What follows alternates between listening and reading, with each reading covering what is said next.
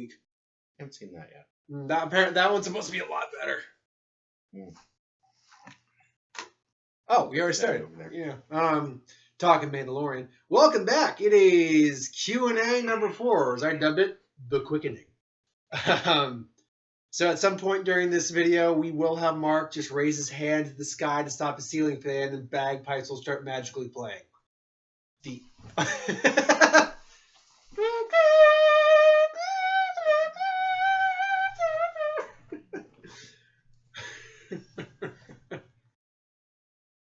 McLeod, I wish you must use a quickening every so often.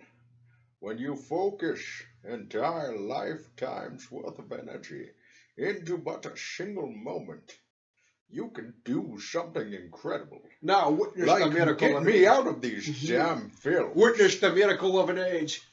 Ramirez, will I ever meet you again? Who knows, Highlander? Who knows? Now the real question is, were we married in the film? That is unknown. After all, once you've been alive forever, you start to feel curious about things, McLeod. And some things you like, and some things you really like. Just rubs the cow's I'm Egyptian. Como estas, everybody? I'm Egyptian. I actually have his katana, replica of it at home. Really? Yep, Ramirez's katana. I actually had that When'd one. you get that? I got that one for Christmas actually from my parents one year. Okay, because I don't remember. No, I didn't pick it up with you. That was a Christmas gift. I remember that. Well, yeah, but I don't think I ever saw that one. No, because I was like, this is a very interesting handle, and then I rewatched Highlander a couple of years later. And I'm like, that's like what the it whole is. dragon handle. It's the white dragon handle with the gems. Yeah, I mean it's plastic and stuff, but it's like the handle anyway. But I mean, like it's like sweet. It's got the gold guard and everything. I want to get the Kurgan sword.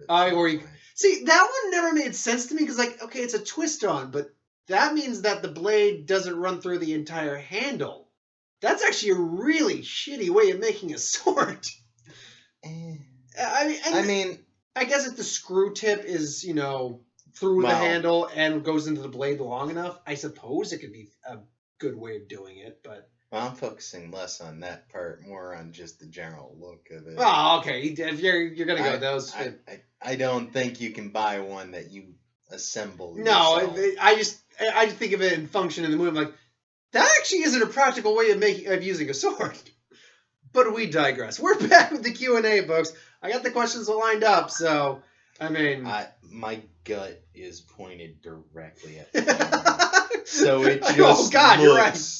Like freaking... Bring him solo in the Wookiee. My gut is so much bigger than my head. It's like, you're a big dude, but you're not that big. I'm trying to, I'll be honest, I think part of it might be the sweater. I think part of it's the sweater. I think also it's the fact that, I think the camera's at a little bit of an angle. Yeah, maybe if you were to move it move this a little forward, and now your face is looking a little red in there too. I'm trying to guess.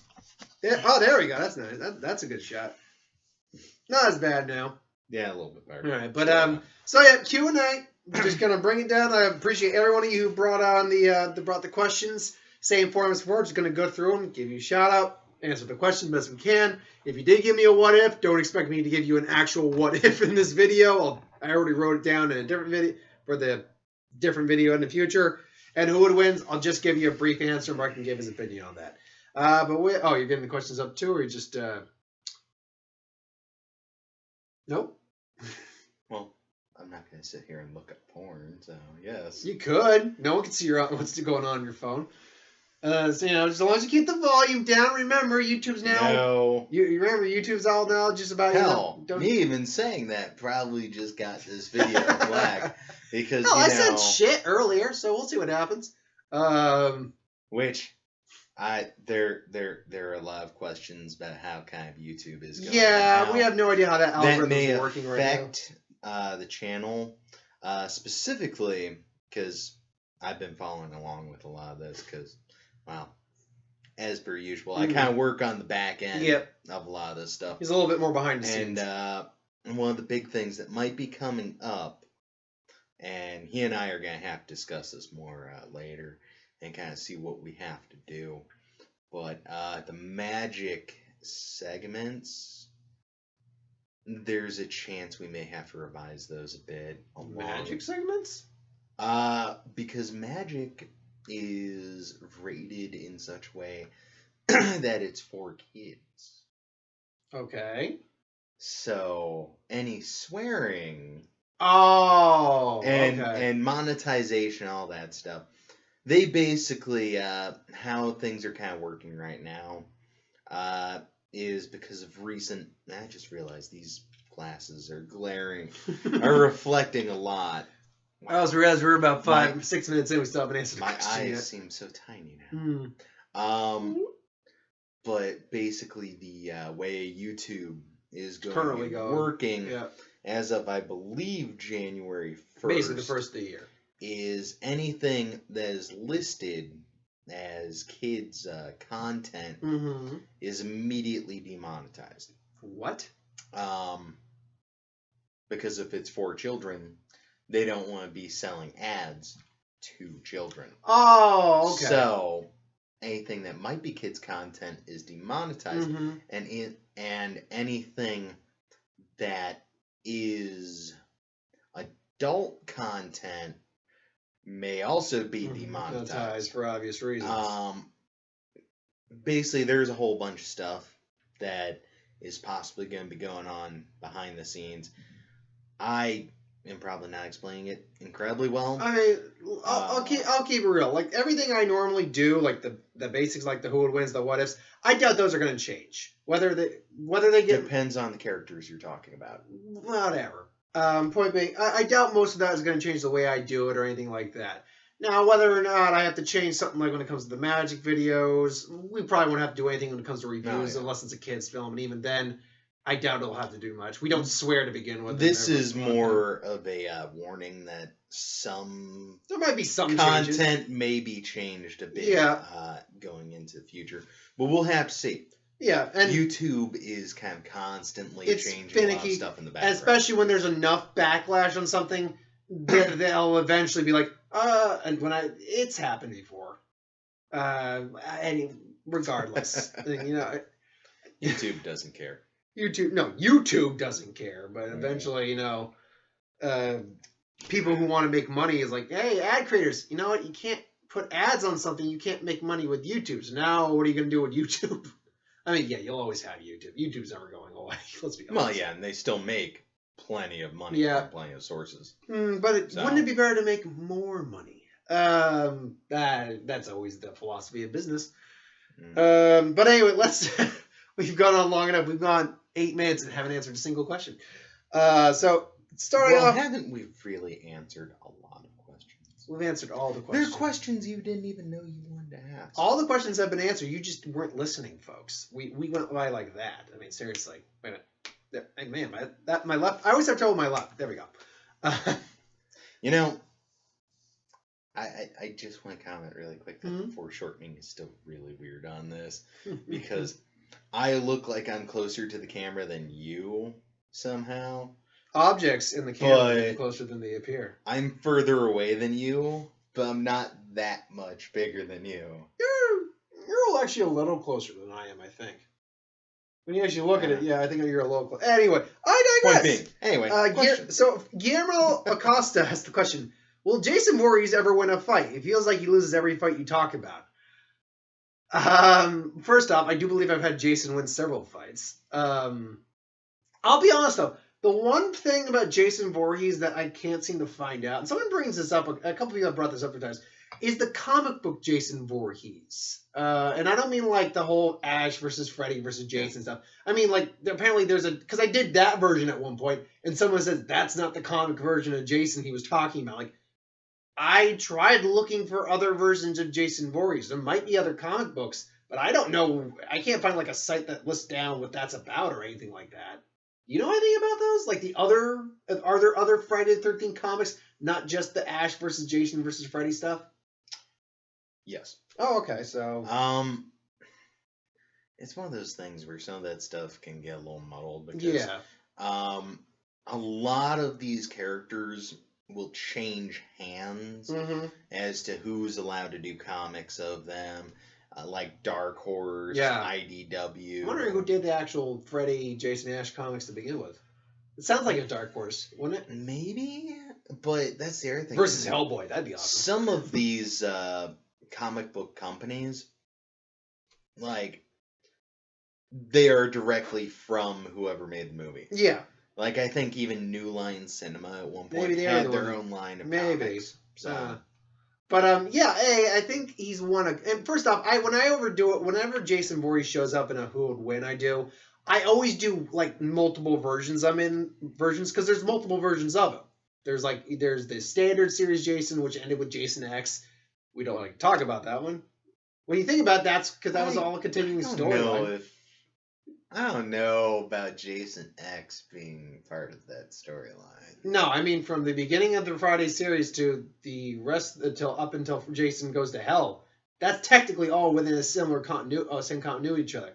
Then you go Jason X, which is a completely different continuity Jason. Then you go Freddy versus Jason, which is again completely different continuity Jason. Although you can make an argument he's tied with Jason Goes to Hell because of the Freddy cameo at the end of the movie.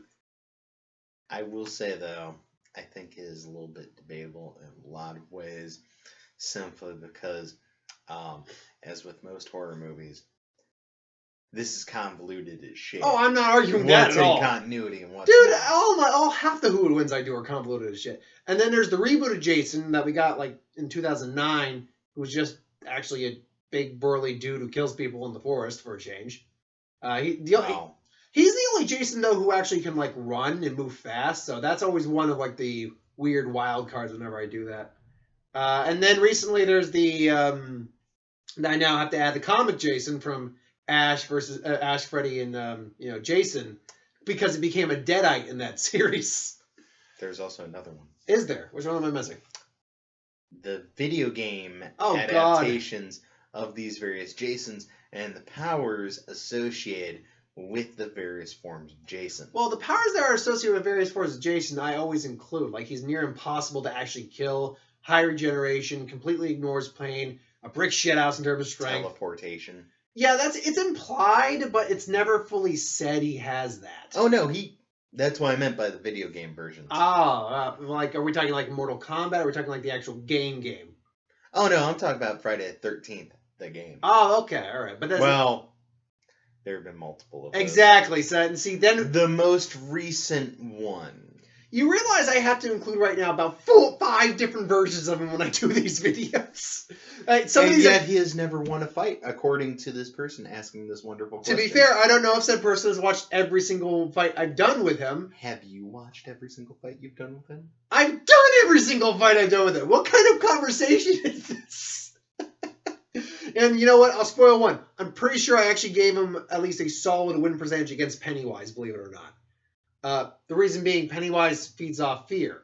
If you're unable to feel fear, he doesn't have any power over you, and therefore he's not as powerful as he could be against you. Add on Jason's durability. But you're wrong. Oh? Because Freddy Krueger proved you wrong. Okay, I'm going to stop you right there because I've had so many people bitch at me for that.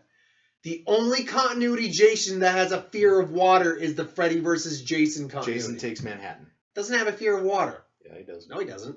Enough to where when he's caught in the sewer, he freaks the fuck out. And yet he's underwater half the time in that movie. Doesn't give a fuck. So explain that. Different kind of water.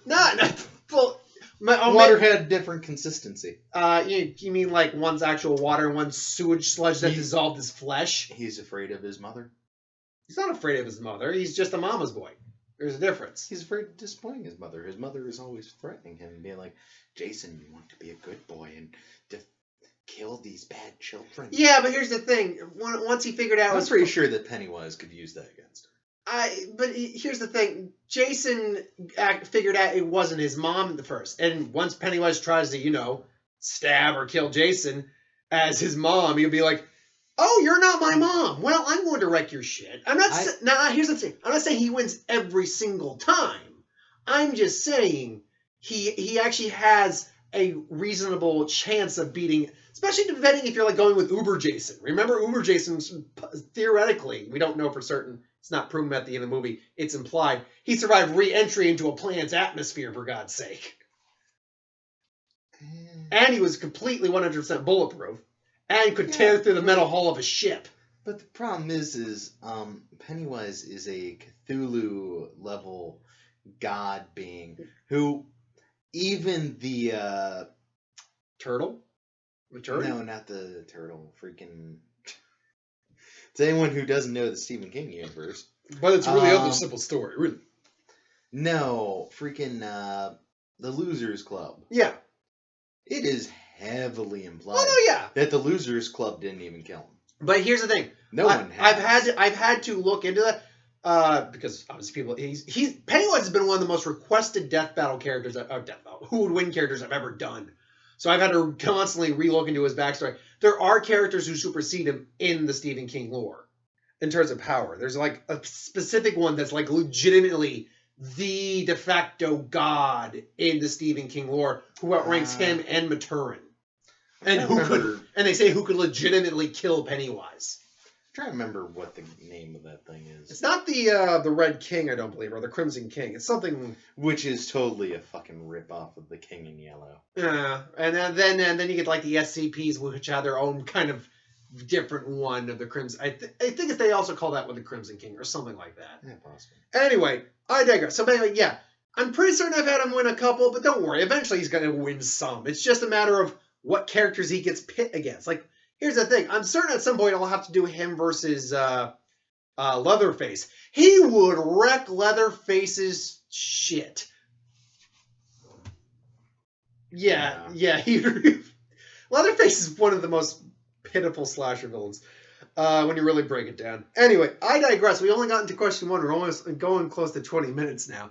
Well, 17. Oh, we're fine. We go like an hour. That being said, the acoustics in here are not the greatest, and I have fairly thin walls. Yeah. So we may have to start talking a little quieter, not to upset the neighbors. Anyway, Mission Pa Zuma asked, I think, 2 questions.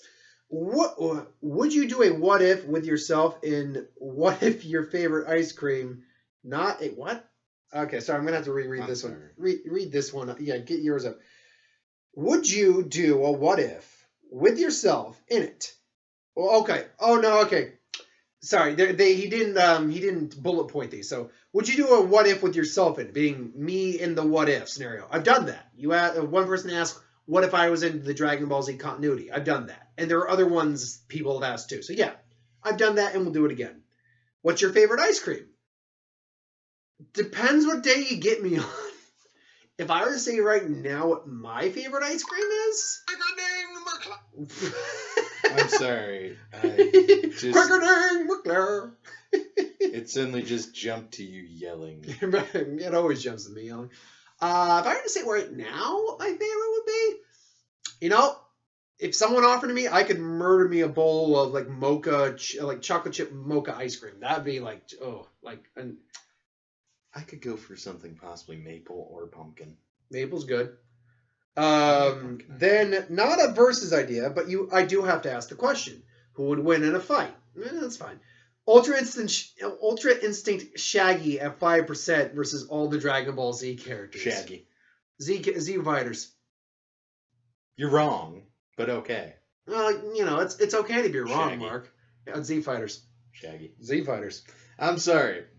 The Z fighters include Yamcha.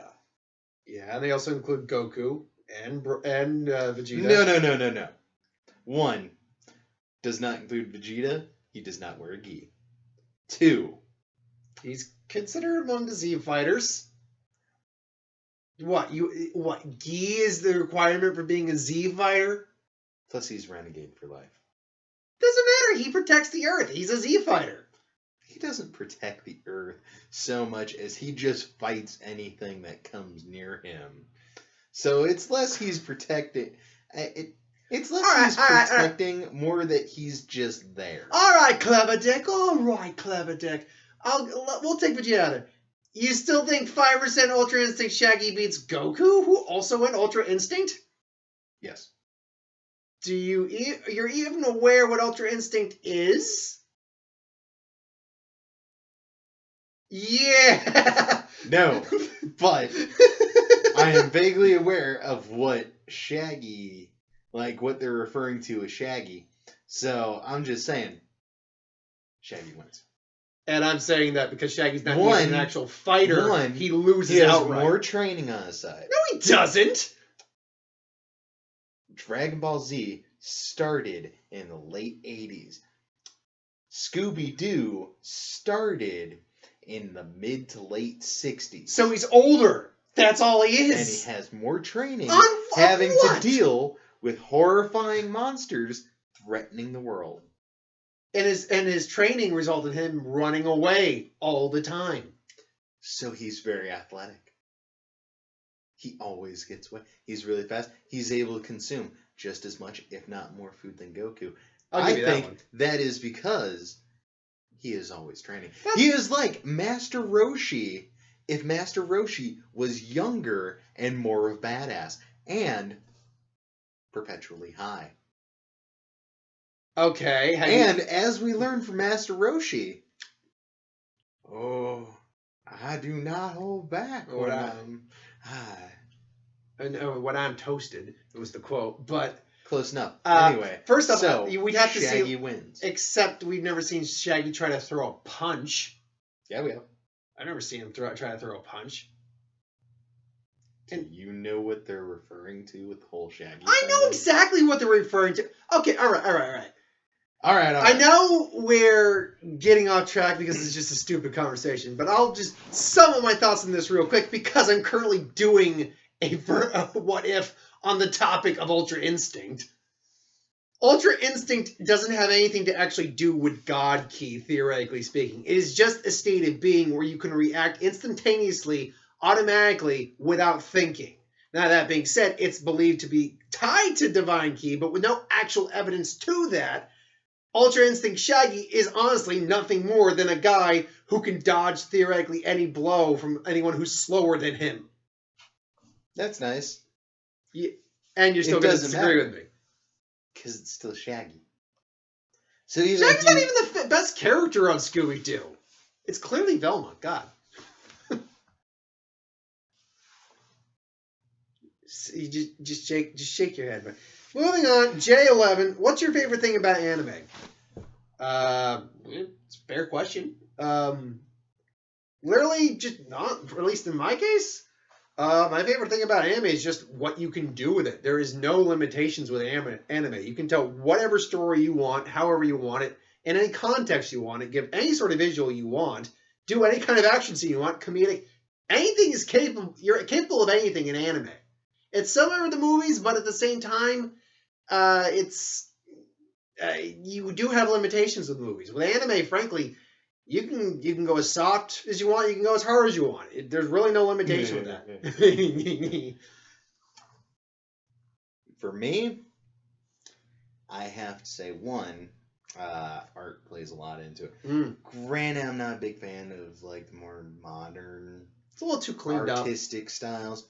I thought Castlevania was done really well.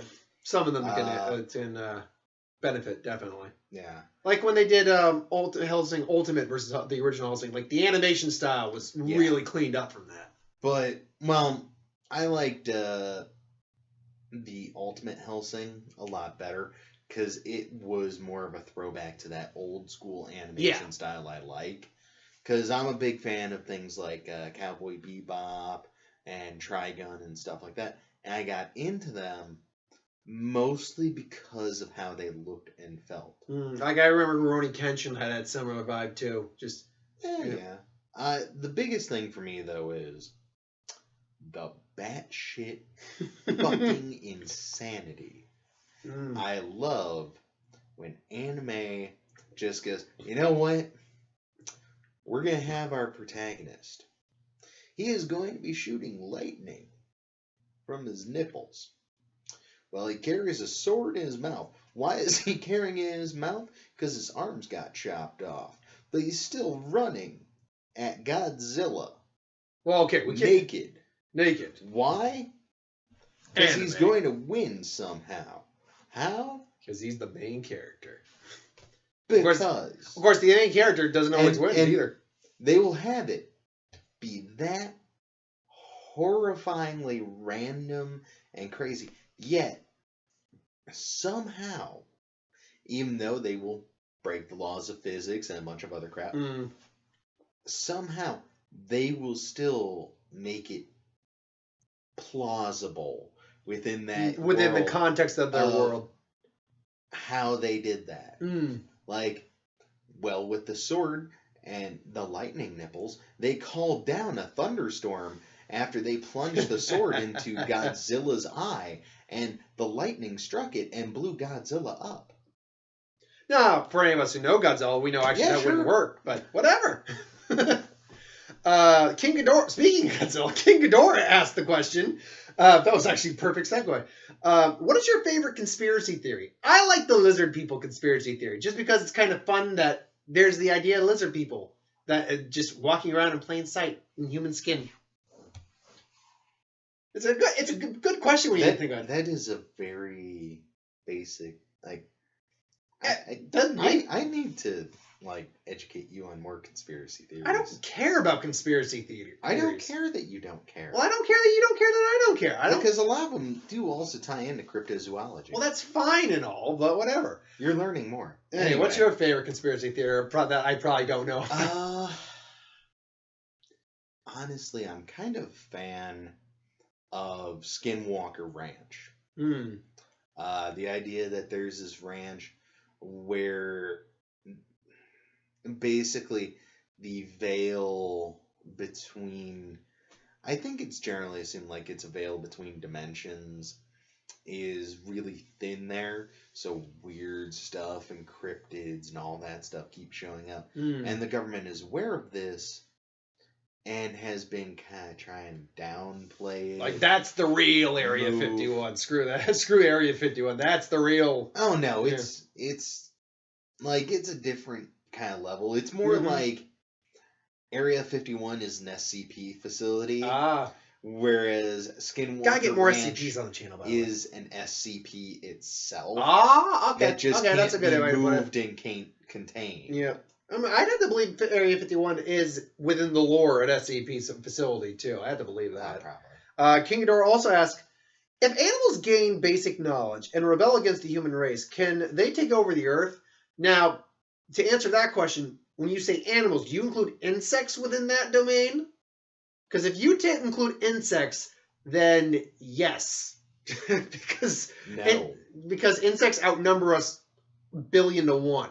If you take insects out of the equation, there's no freaking way in hell on earth they can do that. Yeah, but all right, we're saying take over the Earth, though. I'm assuming because I'm just wait. Okay, if they they rebel against the human race and take over the Earth. Now that's a good question. When you say take over the Earth, do you mean they will rise and create their own kingdom, or that they'll just wipe us off the face of the planet? Or bring us to the brink of extinction in its Terminator style future, except with animals. See, here's the problem I have, is I'm going to say no. Because humanity has shown again and again, we have a wonderful skill of, if we want something dead, oh yeah, we kill it dead. We have things called nuclear weapons. Oh, not even that. And machine guns. That's going overkill. Let's say all the ladybugs in the world rebel against us. Well, all the dingoes rebel against us. Well, great for them. Nice. Here's 50 rednecks with, gallons and gallons and gallons of insecticide and flamethrowers. Have fun. Now, that being said, I completely agree with you pretty much in almost every aspect. Like, first off, there aren't enough actual animals. Take insects out of the equation for a moment. There aren't even enough animals on the planet to outnumber us. That's kind of sad. Well, I think there are. Like, I'm pretty sure that deer are pretty far up there. Deer are up there. A lot of bird species. If you took in the numbers, it's more that on an individual basis, sure, Yeah, because frankly, if you take our weapons away, we're actually a very vulnerable, squishy species. Not even. Like, the main thing I think we have going for us our intelligence? is group mentality and intelligence, to where, like, say you have 5 guys versus 1 deer. Yeah, the first guy, he runs up and the deer gores him. Well, now there's a guy stuck to the deer's antlers. So then the second guy runs up and the deer tries to stomp him to death, but the guy, kind of tackles. Are you talking about like just a straight male buck? Well, like a just an average sized deer? We're talking like an elk or something, or a goddamn moose. Well, I just said deer. Okay, because I get it. It depends, so to speak. Because here's the reason I include insects, and if I included insects, why we'd actually have a problem with like your example, ladybugs. Yeah, that's not an issue. The issue doesn't come from ladybugs. The issue comes from the flying things that can swarm in mass. And yes, we have flamethrowers, but when you're dealing with a swarm of flying. Give me a second. When I'm talking about things that fly in mass, I'm talking about things that, and ladybugs more huddled than anything else. They can fly, but they're not like butterflies or anything. We're talking about talking about bees, hornets, wasps, mosquitoes that carry God knows how many diseases with them, that can actually just kill flat out like reindeer just by drinking the blood out, and there's so many of them up in like Canada and stuff. Then you're dealing with scenarios that could be a lot more dangerous. But on the whole, I pretty much agree with you, like 95%. Like, yeah, animals would not. They would give us trouble. Like, we'd have problems. Let's admit that. But we wouldn't be like wiped off the face of the earth or anything. Do not discard humanity's ability to just to, when we buckle down, kill the fucked up shit. We invented Agent Orange. We invented what was it? Mustard gas? Pepsi-Cola? I have no idea. It was basically something that originally was going to be used to kill off like bacteria, and it was kind of a pesticide for plants. And we came really close to releasing it to the general public, so everyone could have it, and we could go around and use this stuff and keep all of our plants, clean and free, and it was gonna be great. Oh, pardon. Like the best kind of killer for that stuff out on the market. And turns out it would have killed us. Close. It turns out that it was never tested in real world settings, to where one gentleman, a short time before it was about to be released, like we're talking really close about to be released, probably like a week he or did two. One last test where he had the plant in some actual soil. They had never tested plants in soil. And they tested this, and it killed the plant. Like almost instantly? Yes. Wow. It was hypothesized that had this chemical, it sounds like Pepsi-Cola, but Pepsi-Cola. Pepsi-Cola, I'm guessing those is? Had it been released and used in a real-world setting, all vegetation on the planet would have been dead in maybe a month. Yeah, so the long and short of it is, if animals rebelled, we'd have problems, but we'd be fine. Truth be told, the thing that'll most likely take us out is ourselves. No, I'm pretty sure it's going to be an asteroid. Assuming an asteroid doesn't hit the planet, if something on the planet were to take out the human race, it would probably be the human race itself. No. I think at the moment we're just kind of spinning our wheels, and, people are killing other people mostly because we don't have something else to But no, kill. I don't mean by like war or anything like that. I mean, an idiot like that will create something, because look, We had cancer and stuff like that hundreds of years ago. Guess what? Because we have idiots in a lab now, we have diseases that kick the crap out of cancer, but we keep them contained up because they're that bad. We are preparing. Anyway, Mission Paul Marshall asks again. Man, we are really just idling on some of these questions. Hey, you know what? We are answering. We are, and you know what? I'm having fun. If we're having fun and you guys are having fun, that's the important thing. I may have to go get some more beverage. Yeah. Mission Paul I'll answer a couple questions while you're doing that. Mission Paul Marshall again asks just a what if idea for the book, and I can just give a quick summary of what I would do. What would you do? Would you do a what if of there being an 11-tailed beast in Naruto? Yeah, I'll do that. Do you have do you have any plans to play games on your channel? Well, Mark brought it up to me. Mark's got plans for that. Right now, that's not something I plan to do, but if you want to, take your crack at it, by all means. It's one of those things where, honestly, I just need to try and set up and do some tests and stuff like that. But no, that's in the talking. That's in the working stages. Also, not even sure what I would play and what commentary I would really be able to give. I mean, maybe I would sit in there with you and just kind of chat on there as we're, you're playing whatever you're playing. What kind of dogs do you like? Yes. I'll say this. I'm not overly fond of like teeny dogs that fit in the palm of your hand like chihuahuas. Don't get me wrong. I work at a pet store, so they get brought in every day. And I'll admit, when I look at them, I'm like, okay, you're cute. I'll give you a pet.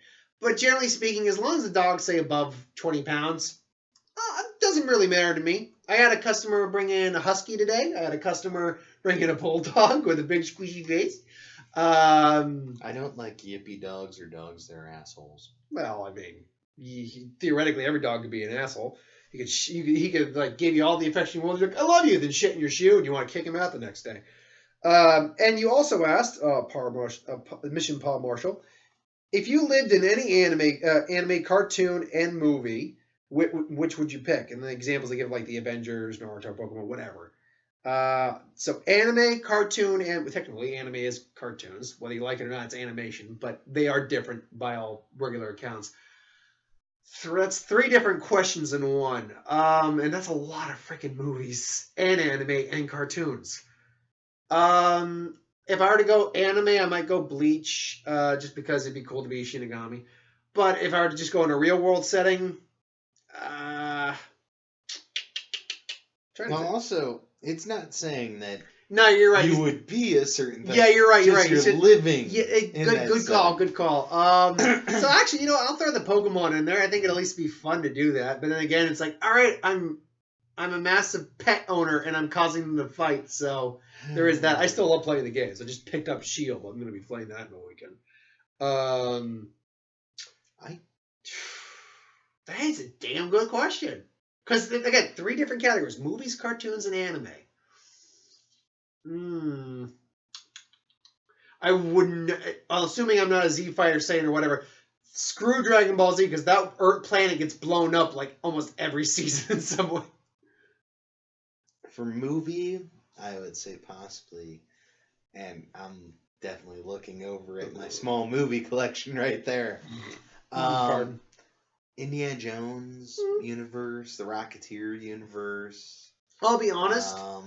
In terms of a movie world to live in, any one of those kind of romantic comedy worlds, simply because if I have an understanding of the world, maybe not necessarily the plot, but the world, what these characters are doing, because they're almost all dumbasses, it would give me a chance to finally just call them out on their bullshit. The Jay and Silent Bob world. Fuck yes. The Kevin Smith cinematic universe, as you will. In terms of as far as anime goes, in terms of movie for me, oh no, that's a movie for me. And I did Pokemon for the anime, so I guess cartoon would be my last one. I would say maybe the Cowboy Bebop universe, or you know what? If I could go back to being like 10 years old, and maybe not be quite the same mentality, but at least something similar, I'd like to be in The Kids Next Door. That'd be fun. But yeah, anyway, I think that's pretty much all we can say on that. Unless you got anything more to add. I do want to say, And part of me really wanted to say, oh, the Scooby-Doo universe. Then I realized that is a horrifying universe It is, when because you really think about everyone it. is really poor. Lots of people who, are doctors and have Also, these people great are really degrees. dumb in that universe to believe every one of those like monsters are real until they're proven false by a group of meddling kids and their dog. Always by the group of meddling kids and their dog. Well, to be fair, I can kind of understand it to a degree. I mean, you're out in the middle of nowhere. You hear a bunch of these stories and stuff like that. Even if you don't believe that it is necessarily the real monster or whatever, there is still... There's like folklore or something like that. Well, even if you don't believe it's the monster, it's still at least someone dressed up as the monster who is willing to do harm to others. Yeah. Because... No, I can understand to some degree. And, not to mention, this is also still the same universe where real monsters do exist. True, in the movies. Zombie Island. Yeah, yeah. Best Scooby-Doo movie, by the way, period. Brandon Whitman says, congrats on the milestone. Thank you. I'll continue to support your channel. Thank you for that as well. Keep up the good work. We're actually at now 4,140 now from just last week. So the algorithm seems to be liking this. Yeah, and it's weird too. It doesn't do it in just a single digit increase. It just does it by tens now. But whatever. So you asked 2 questions. What's your favorite anime of all time? I feel as though this one has been asked. We'll probably get that repeat to ask the questions. Yeah. Guess it depends on the day you ask. I mean, I loved Yu Yu Hakusho. I don't know if it's my favorite of all time. Dragon Ball Z is just close to my heart, but was it my favorite? If I were to say right off the top of my head what I think my favorite is, if I could just rewatch it all the time, Hellsing. Also, Hellsing Ultimate, I think, would have been one of my favorites. I don't know. Yeah, it's a good question. Yeah. And also, what genre of music do you listen to? Yes. Now, what's our favorite type of music? That's a different question. But what genre we listen to? Name one. There's probably something within it we listen to. But I don't even have a favorite genre. Although you hate the movie, there's the quote from Blues Brothers 2000 kind of comes to mind. It's like, we like all types of it. We like blues, rhythm blues, jazz, hop, pop, rock, Motown. We even on occasions listen to a polka. So yeah, Mighty Pup Super Paw Sky, great name. Have you seen Dinosaur King? I have not. You? What? There's your answer for that. What was your least favorite school class? Ooh, anything to do with social studies. I was never that and computer programming. Neither of those were my strong suits. And yet I enjoyed both of those. Well, again, wasn't something that worked for me. I loved art class, cooking class. Hell, I was really good at math. Yeah, I wasn't that great with math. See, one of these things is not like the other. Math, I have to say I wasn't that great at, and crap. Loved home ec and cooking. Those were great. But again, that's because we got free food, basically. What was I want to say science. Science, there was a couple science, okay, chemistry. Chemistry, I sucked at. Even someone like me who's decent at math, I sucked at chemistry. I think it's because it was a different type of mathematics that went into chemistry. And then you also asked, how OP do you think a Naruto character is born with a Sharingan? Oh, see, how OP do I think characters in Naruto are who are born with a Sharingan in Byakugan? Byakugan, not really that OP, and it's powerful, but not OP.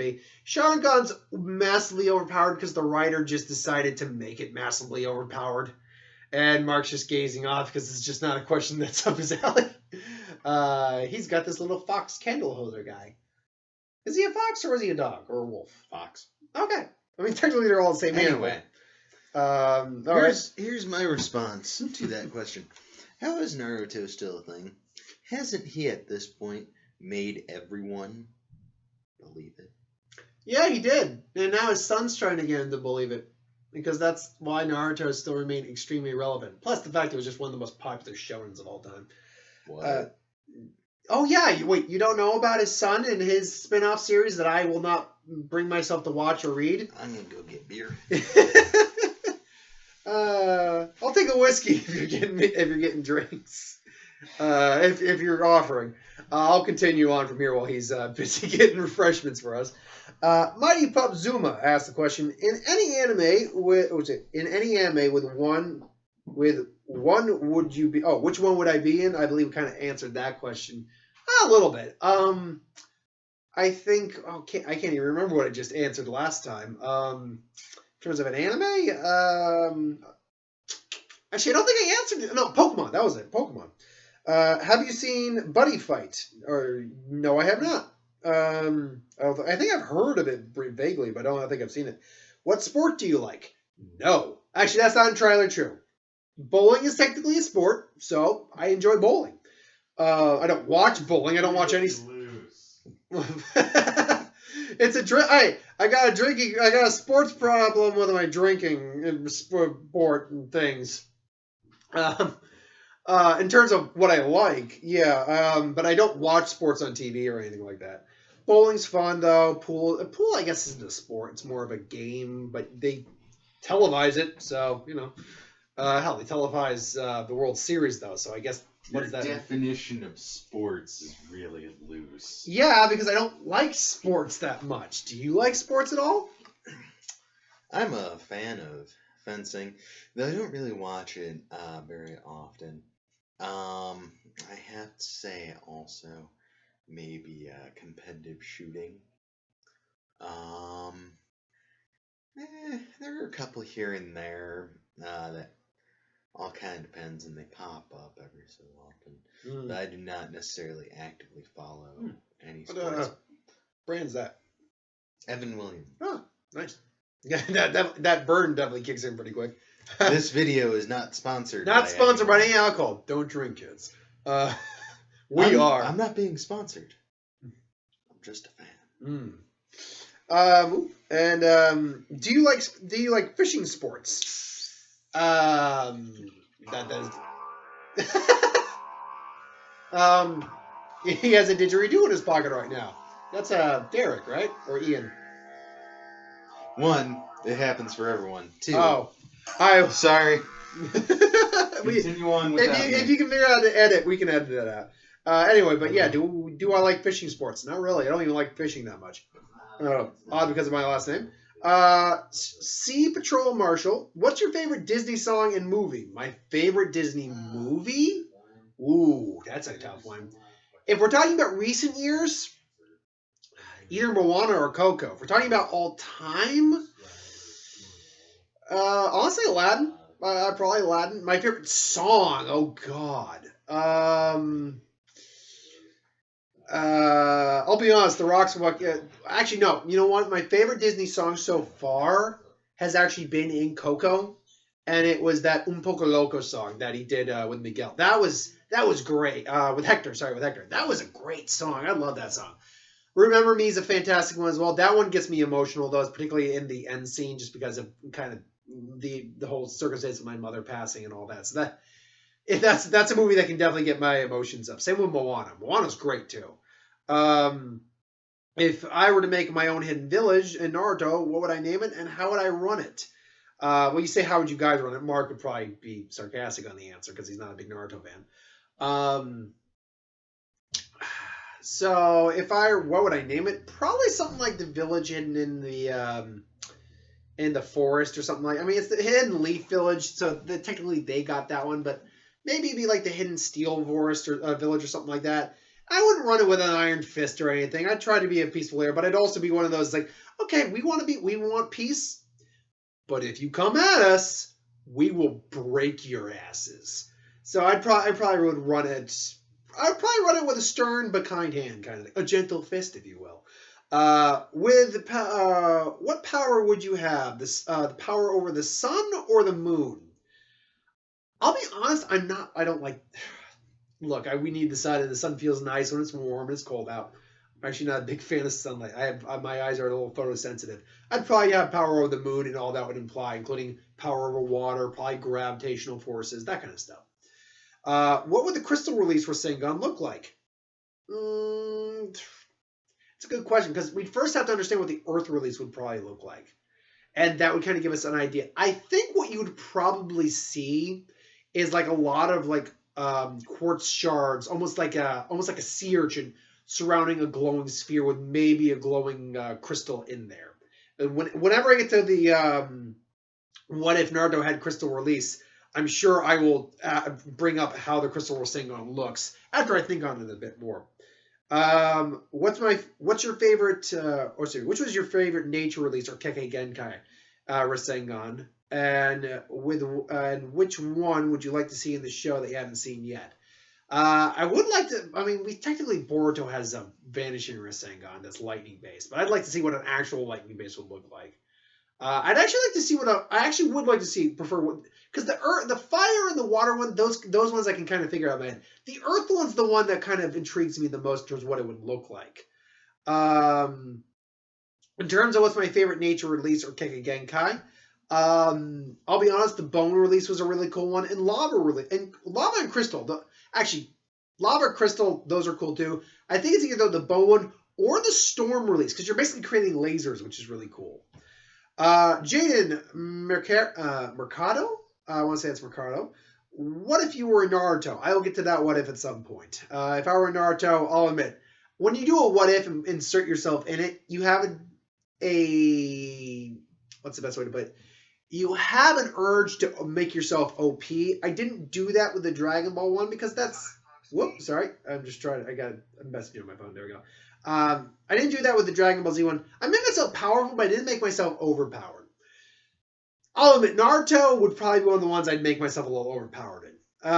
Johnny Cage asks, have you watched JoJo's Bizarre Adventure or Hunter x Hunter yet? No, I have not.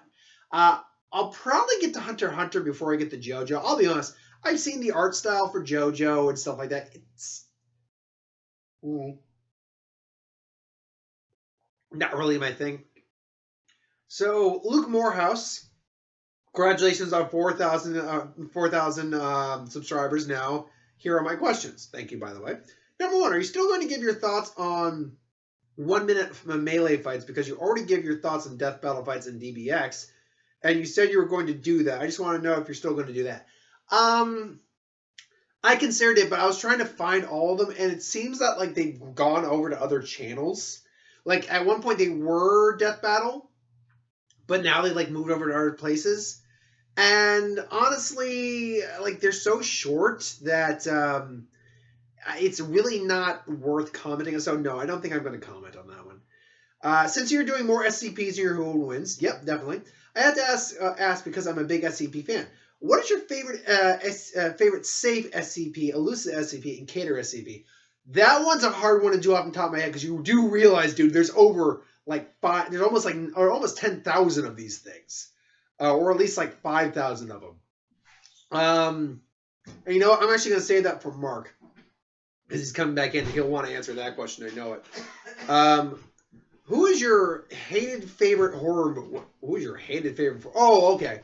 Who is your hated favorite horror movie protagonist? And who is the best horror movie protagonist in your opinion? You want to chime into that one? Hated horror movie protagonist. And then favorite one. Favorite one, that's easy. Ash. Okay. Ash is an easy one for me on the All favorite. right, so that's how we're defining protagonist. Yeah, you mean like technically the hero of the film. Because that is what you have to say. Oh God, my favorite would have to be Ash. Least favorite. That's a tough one. Ah, God. Because half the time these so many that protagonists I just don't like. Yeah, any college team that's just dumb and gets away with luck. I would have to say a lot of the people in the Saw movies. Yeah, that's a good one. I'm trying to think of maybe like some franchise ones. I'm not the biggest fan of Jamie Lee Curtis. Shame on you. I mean, as an actress, she's fine. Oh, you mean like in those movies? Yeah. Okay, no, that's fair. That's fair. Definitely. Some of the main character protagonists in like the Friday. Oh, you know what? Laurie Strode from Nightmare on Elm Street. Don't know what it is. Never really liked her that much. Laurie Strode. First movie and the third movie. Oh yeah. Never. See, I didn't have a problem with her. Never really liked her that much. Now, since I was answering this one, but then I heard you come back in, so I actually skipped that one. So, because I know you'd really like this one. Since you're doing more SCPs in your Who Wins, and I am. I love that. Actually, the SCPs are fun as hell. You said you're a big SCP fan. What's your favorite safe, elucid, and cater class SCP? Now, the problem with that is, and I know you probably know some right off the top of your head, is that there are so freaking many of them. Okay. So you go first. Because I need some time to think on that real quick. Because I have to remember which ones are safe, elucid, and cater right off the top of my head.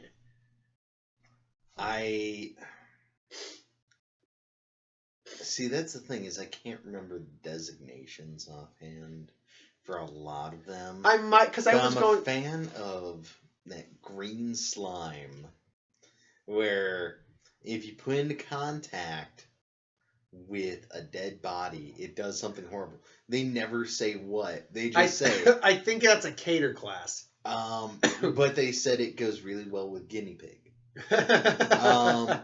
Like eating guinea pig. It's a good dressing. That's weird as hell. Which would mean that's not a cater class. That's got to be maybe an elucid or safe. Yeah. Because caters, because the way they define it, and you know it is, but for anyone who, hold on, Luke, yeah, you know what the classification is. For those of you who don't know what the SCP classification means, safe means that it could be one of the most dangerous things on a planet, but it's safely contained. There's no issue with it. Elucid means it's difficult to contain, but not impossible. They just need to, have constant monitoring and all that. Cater means it's almost impossible or to contain, or they can't contain it. They just need to work some improvised solution out. And those are usually world-ending level kind of things. Yeah. I can tell you one cater. I'm trying to think of like 3 that I like. There's one. I can't remember. I don't think it's a cater class. I think it's an elucid or a safe. That it's a creature, and you don't know what it looks. It's written down exactly what it looks like, and if you read what it looks like, and you submerge yourself in water, you end up in this vast ocean, and this Leviathan-like monster is coming after you to eat you. And half the time they've done it with people, it's like they pull them out, they can get them out. But other times, like they try to pull them out, they just disappear in the tub. Blood shoots out and body parts and stuff like that. And like even if you were like looking in like a sink, if you submerge your head in the sink, you could wind up in the ocean. And like that's just a messed up one. Like you can't read the description of the creature, otherwise it's in your head. There's another one like that, where you can't have it appear in a picture or anything else. Oh! One of my favorite ones? The one where no one knows what it is. Like, you can look at it, examine it, but the minute you can't describe what it is, it seems to just negate everything you learned about it instantaneously. There was another one kind of like that, where it's this machine that it works really weirdly. Like, sometimes you can put in, like, bread, and it will pop out muffins. They're perfectly toasted and delicious. But, like, it all depends on what you put into it. Sometimes it'll come out with something horrifying. I mean, it's almost impossible to say this without having, like, the list up and knowing which ones are which. But, like those are a couple of my favorite ones. Like, one or two other ones. The giant Leviathan that basically lives under the sea. That's, like, this weird, like giant crustacean creature. There was another one that came to mind. The Plague Doctor, like Cain and Abel. Those are cool ones. And then, of course, there's like 682, who's like one of the most infamous ones. The giant, the hard to kill reptilian one. Reptilian, like wolf thing. Yeah, and I've had because I've actually done like two. One of my most recent ones was with him too. I had him fight Lobo. There was one that I really liked. What was its name? Mm. Because it prefers to be called Dr. Light. Oh yeah, it's a pendant. It's a pendant that possesses people. Yeah, that's a good. And some of the SCPs are actually really beneficial. They can really help. Like some of them are sentient and just want to help. There was another one. I feel as though the whole SCP thing really is just kind of a continuation of like the X-Files Warehouse 13. Oh, yeah, that's a good point. Way describing it too. Granted, I'm not sure which came first. Mm. Warehouse 13 or the SCP stuff. That's a good question. Number 4, your fourth question. What is your least favorite character in My Hero Academia? Honestly, you haven't read it or watched it, I'm assuming. So this is pretty much my question. It's Bakugo. I can't stand his ass. I don't like that one guy who does that one thing. Exactly. No, I don't get the attraction to the asshole. Like I get the attraction to assholes. Like let's use House for example from House. He's an asshole, but he's charming. He's intelligent. He's witty, but he's still an ass. Cannon, but you're so good at what you do. Exactly. Bakugo is just an asshole for no reason except he thinks he's better than you. That's it. Like, I don't get the he's got This is part of the reason why there is a lot of anime that I just have a lot of difficulty watching. Yeah, I can understand it. Because there are a lot of tropes, like the character you're describing, where so much of like modern anime has just become so tropey, and it is all centered around like these really thin young kids, and it's just like, dude, I don't care. Like, and at the same time, I also can't really get into the ones where it's like, oh, well, here's this super over muscled behemoth man. Yeah. It's like last one. It's neat. The last question he asks, easy one. Have you ever played D&D before? And if you did you enjoy it? Yes, we have. Yes, we did. We currently have an ongoing D&D. I don't know if that one will be ongoing. Oh no. That's just to lead us into the Ravnica one. Yeah. Okay. Grant, I'll be honest. I probably will just make a new character. Yeah, we do have a chance to kind of update and change our characters. But we did what was essentially a one-shot. Just to get the feel of how we play together. Into playing a Ravnica-based game. So, who knows? We might make the occasional video kind of discussing our D&D antics and everything like that going forward. Mission Boss Guy, you ask again. You ask more questions. What's your favorite anime shock moment? So, essentially a moment that shocked you and like... in the series is shocking that he maybe even caught you off guard. The shock moment?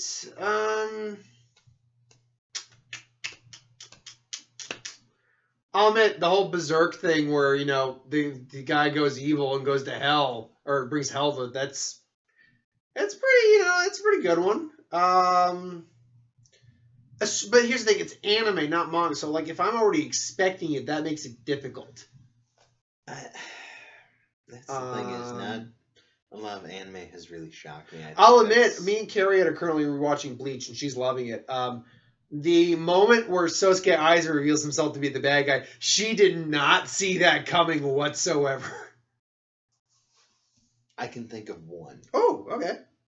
Because I got nothing but that. Because at the time, go with me on a journey here. Mm-hmm. I had just learned of Hellsing. Okay. And they had the Hellsing animated series out. I think I know where you're going with this. That wasn't great. Yeah. And it pretty much cut off before a lot of stuff happened. Mm-hmm. And I'm sitting there, I'm like, well, okay, this seems to have gone in a weird direction, but whatever. Then I went and decided to look up the manga. I think I know exactly what you're going with this. I started reading through the manga and everything else like that. And why are you a cyborg? No. Oh, it's not that one? No. Oh, because okay. With that. I thought that was where you were going. Well, no, with that. You were surprised, but. Oh, no, I didn't get it. Like, I remember reading through the manga and being like. Which is why the abridged version like, of Elspring is so is this like on a that Vader moment? Like, it didn't really register for me. Mm. Okay, Which, unfortunately, is one of those things where a lot of this kind of media is can kind of get to a point where, you know, something will happen and I'll read it and just be like, yeah, okay. Like, it doesn't fully register. Then what was the part that shocked you then? Because I thought that was going to be it. When Saris has to... what's his name? Pip? That's it. When Saris ends up feeding having to mercy kill, essentially, and feed on Pip, and she becomes full badass, and that whole scene where she's so sad, and all this other stuff, and then he just pops up out of nowhere in her mind. Like, no, sorry, mon cher, you cannot go any further. I really enjoy it. And then... I mean, he was one of the when best they characters. killed... Walter? No. Hans. Oh, Hans. Wait, no, Yumi. No. Not Hans. Yumi? Hans? Hans? Which... I'm blanking on the names. Hans? Hans? Hans is the name of... Specifically, I believe it's Captain Hans Guther. Oh, the werewolf? The werewolf. Okay, yeah, alright. Where basically Pip appears out of the side of Saris, takes a silver tooth, and just goes, fuck you. And flicks it straight into his head, killing him. Oh, wow, was in his head in the manga? I never actually read the manga. If I remember correctly. Because in the anime, he just plunges straight through his heart. Oh, yeah, no. In this, Pip just literally has the tooth kind of like that and just Here's how awesome Pip is. Pip is one of the best characters in the series that has freaking Alucard in it. That's how good a character Pip was. I love Pip. Pip was kind of, for all intents and purposes, our straight man. Because he was us in that circumstance. Saris is sitting there, and, you know, she gets kind of goofy and stuff like that. But she's a vampire still. You have Integra, who is also very like, she's just not on the coaster duel. No. Well, I have a model desk over there for doing all of my like model hobby shit, so I don't care about that as much because that thing gets. For him, it's the death of Han, or basically anything involving Pip. The Pip dying and resurrecting. From dying to resurrecting. As the familiar. What's your favorite Spider-Man suit? Mine's the Iron Spider. The what spider? The Iron Spider suit. Okay. The way you kind of said that was, mine's the Aryan Spider. Oh, the spiders are warm! Yeah, I just did that. No, I'm not a white supremacist. I like Miles Morales. Yeah, he has a good suit. He does have a good suit. Yeah. There's a lot of suits, including in-game like suits, like with the newest Spider-Man game. Or Spider-Gwen. She's got a good one too. Yeah. Scarlet Spider's kind of got an old school one that I like, with the kind of almost like the hoodie style, like a sweater, or just like the red orange. It's simple, but I like it. Spider-Man Noir is a good one. I mean, it's all black, but especially from Into the Spider-Verse, you gotta love Nick Cage Spider Noir. If we're gonna go old school, Spider Woman. The old, like, fucking 60s design. I mean, there's also Cosmic Spider-Man, who, had that was a weird one. But I might go to Spider-Man Noir myself. What's your favorite Iron Man suit? Oh, God.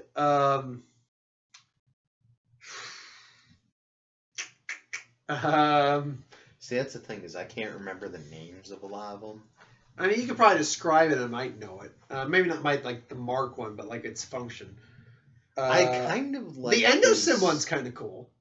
I kind of liked his original one.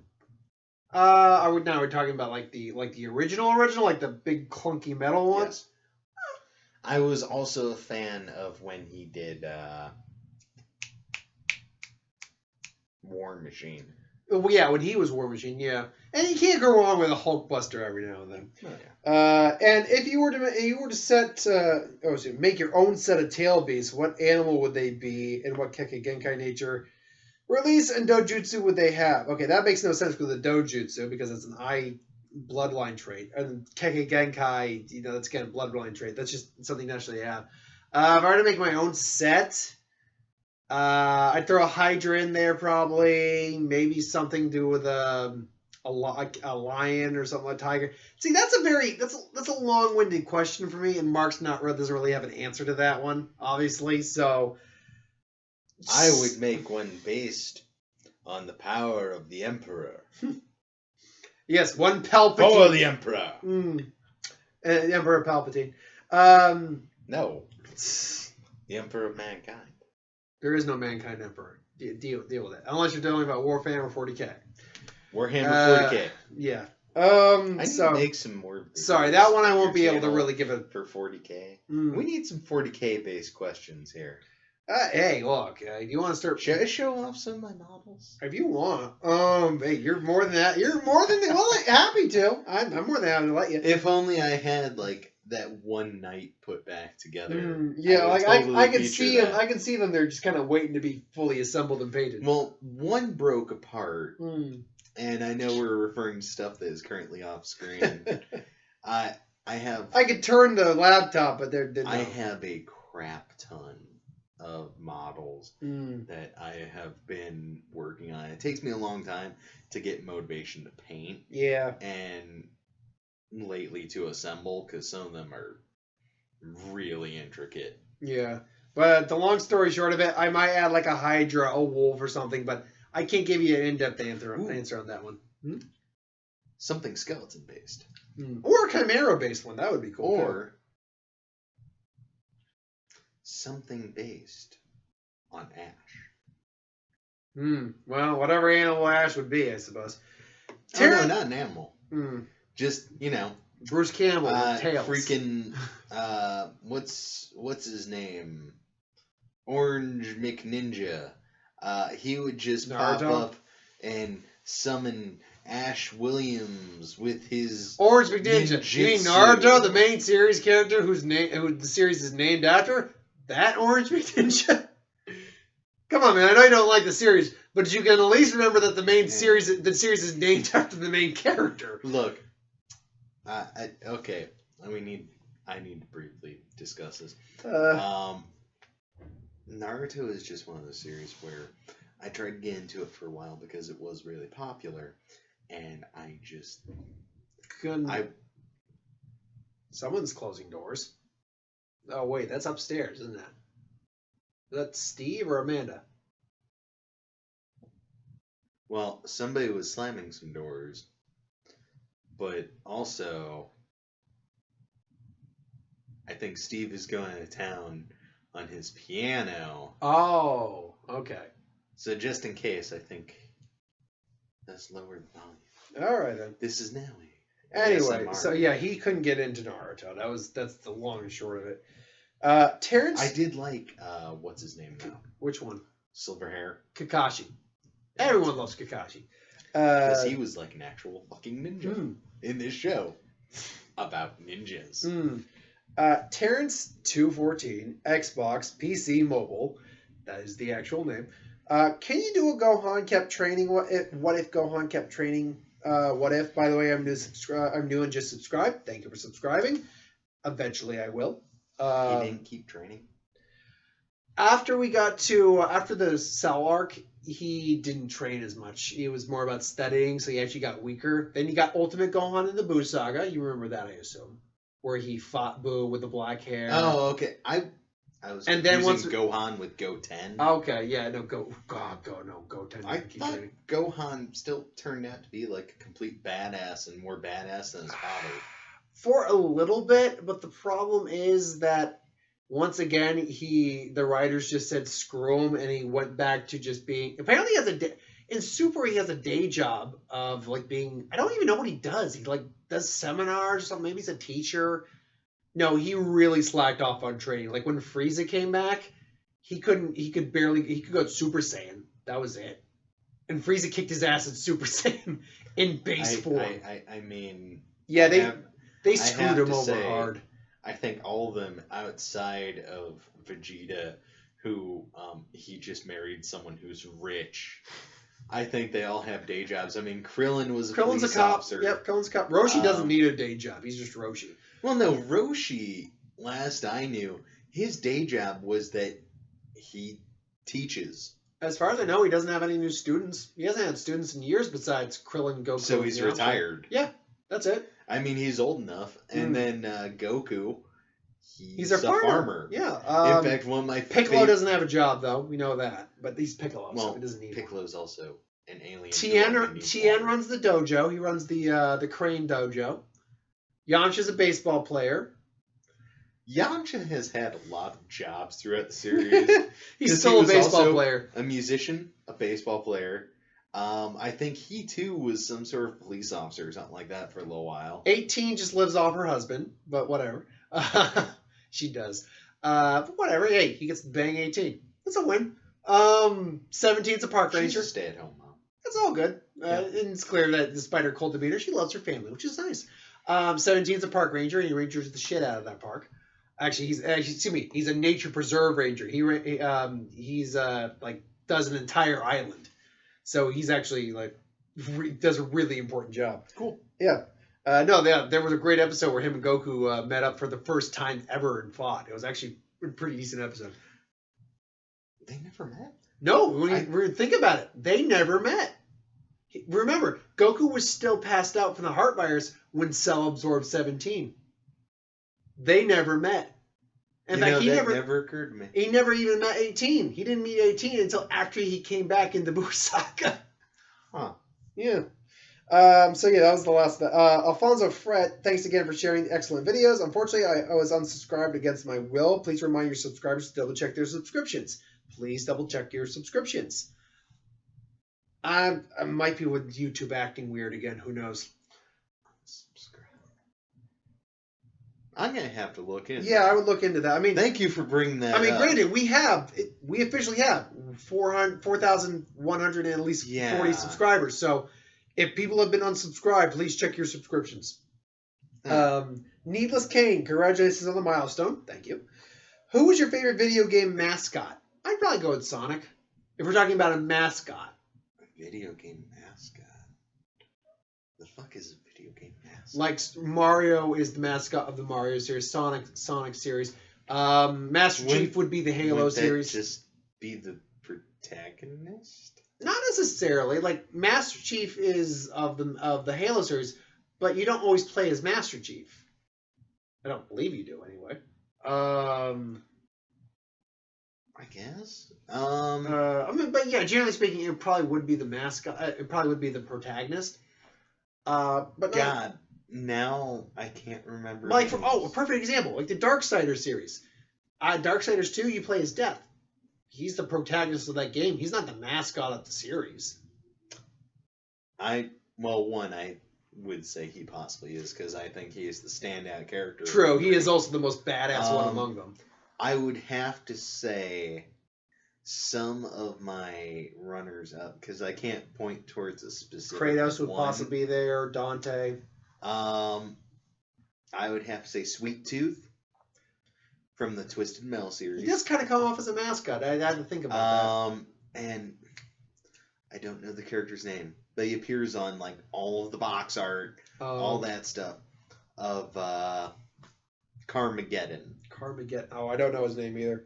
But thinking about that, yeah, I might also say Dante. Dante's a good one from Devil May Cry. What's your favorite card game of all time? Probably at this point, Magic. I mean, we don't really play anything else. Don't get me wrong. I tried playing Pokemon as a kid as a card game. Couldn't get into it. I just collected them. Yu-Gi-Oh! I played for years. I still have some decks, and I'll still occasionally crack it out. I'll still even watch the series every now and then. Plus, I got Yu-Gi-Oh! What Ifs on the back burner, so those will come eventually. So I played it. It's a fun game, but as the years have gone by, Magic definitely crept up and became more my style. I would also say Munchkin. Munchkin and Cards Against Humanity. Munchkin and Cards Against Humanity. Yes. Speaking of, I should probably get like a set of Cards Against Humanity for the house. Mm. I'm looking over at my board games. You also asked, Needless Kane, would you rather have reality warping powers or to be omniscient? Reality warping. Omniscience just means you know what's going on everywhere. You're not omnipresent. You just have knowledge of pretty much everything. But a reality warp, but that doesn't mean anything if you can't do anything against someone who could warp reality. You just have infinite knowledge, more or less. True. But, one, we would be able to prove that President Donald Trump was colluding with Russia. Oh, God almighty. Two, that Epstein didn't kill himself. you bastard. I didn't think that was until I realized what you said was jit, and then I stopped. Guy, you motherfucker. Three, you would know what the 11 herbs and spices are. And how do the three well, I can't even say it. 3 seashells work. There is just so much knowledge. But that being said, have. reality warping means in theory I could just warp reality to my benefit and give me True. omniscience. But it's also how wide of a range that reality warping works. True. You never specified what level of reality warping. I'm assuming it means the max output, but... Well, for example, I think it was Supernatural had an episode where there was someone with reality warping power, and it only worked in like a 1 mile radius to where like one guy within the 1 mile radius shook hands with someone that had like one of those fake little, hand buzzers that electrocute you, and shook hands with someone, and he got fried to death. Yeah, because he warped reality. Outside of that 1 mile, like at one point, the 2 main characters of Supernatural, they're like, oh, well, let's check this out. Oh, just worked normally. Weird. So... Yeah, I mean, it all depends, because reality warping can be put in through so many categories of levels and power. Yeah. And technically speaking, if you're omniscient, you could figure out a way to gain those powers, I suppose, if you wanted them. Well, yeah. So, I mean, it's a tough call. But the problem is, if you're omniscient, by being omniscient, are you capable of handling that much information just by being omniscient? Or do you suddenly gain omniscience and your mind overloads from all that information? Also, I would have to say, I think that being omniscient may get fairly depressing after a while. I'd go reality warping. Too much. Because let's assume you can just kind of like create and unmake things. Just your standard type of reality warping. There's a lot of fun you can have with that to keep yourself entertained. I don't know. I think, as long as you don't go evil. I think both powers can be kind of bad in a lot of ways. I think there's less downside, honestly, to reality warping because you can choose not to warp reality. When you're omniscient, I don't think that's a choice. That's something you are. Also, at what point do you realize you need to stop? And are you able to warp it back properly? Well, that's a matter of just practice and practice. As long as it's like you start small, just make sure if you're warping reality, don't do anything too major. And start building and building and building. And then last, at least in your terms of questions, Needless Kid, who would win a fight? I think I already put it on the who would win list, but John Wick versus the bride from Kill Bill. I'll say John Wick because he gets a gun. I think this got asked the last time we did these questions. Maybe. I'm pretty sure we both said John Wick that time too. Because he gets a gun. Granted, there is an argument to be made for the bride because absolutely. The bride absolutely has referring back to our last question, reality warping powers. How does she have reality warping powers? Because Quentin Tarantino says so. The Mighty Twins Tuck and Ella ask, "Hello, love your channel, thank you. And my questions are, are you a Transformers fan?" Not overly. I like Beast Wars. I liked Beast Wars as a kid, but I would say a little bit. I don't hate it, but Michael Bay didn't really do well with those series of films. See, I don't even- Bumblebee was good. I think more like old school Transformers. Even then, I wasn't a big old school Transformers fan. Because we were both kids in the '90s, so when we were watching Transformers, I'm watching Beast Wars as a kid. Beast Wars was the thing I really liked. Even Beast Machines wasn't bad, although that updated animation was weird. See, I just remember watching a lot of old school cartoons when I was younger, and I used to love a lot of that stuff because it just seemed so epic and awesome. Like, there's something to be said for going back to old cartoons with like that mindset of, dude, this is badass, and just kind of looking at it through a different lens. I think that really goes well also with like if you go back and watch the old D&D cartoon. Oh god, that's right, that thing Or- did exist. Or some other like that weird crap, like God, there was one, I think it was 1001 Arabian Nights, Oh wow. where you watch it and you might be like, whatever. But then, you really think about it, and one of the guys is like, shape of 1,000,000 bees. And it's like, oh, Form of a can of he's Bud gonna kill them. Jesus. They also ask, they have 6 questions. If you were to have a power from an anime, what would it be? I think I'd want a Zanpakuto, from Bleach, just because I'd want to know what because in Bleach, a Zanpakuto is a personification of your soul. It's a sentient individual, and its powers are a reflection of that. So I would just be curious. What does my soul reflect in terms of abilities on a sword? I think that'd be really cool to kind of figure out. What do you got? Plot armor badass. The ultimate power. What anime would you be in? I think we've answered this a couple times already. I think I chose Pokemon, just because I enjoy that series. Man, And I can't remember what you said. I think I went with Cowboy Bebop. Oh yeah, that's right, Cowboy Bebop. That's a good secondary choice. Or maybe Trigon. That'd be cool too. Trigun, it's kind of a dystopian world. True, that's a good point. So, Like I'm trying to be careful with yeah, my choices good here. point. Because, like you said, if you were in that, didn't say if you were a badass, just if you were in the world. How do you react if there were an army of 10? How do you react if there are an army of 10-tailed beasts? I shit my I pants. wouldn't really call that an army so much as maybe a squad. Point being, though, it's a Maybe squad a of platoon. it's a platoon/squad of 10 giant demon animals that can destroy pretty much a planet when combining all their powers. Squeaky toys. Yeah, squeaky toys. I mean, a couple of them are, one's a cat, one's a fox, so squeaky toys for them, they're good. Slug, get some salt. The Shikaku's made of sand, so just, I don't know, throw water on him, he'll be good. The monkey, couple of bananas, you're fine. The bug, big can of Raid. The only ones that I'd have a problem with... Oh, wait, excuse me. The turtle, flip him on his back.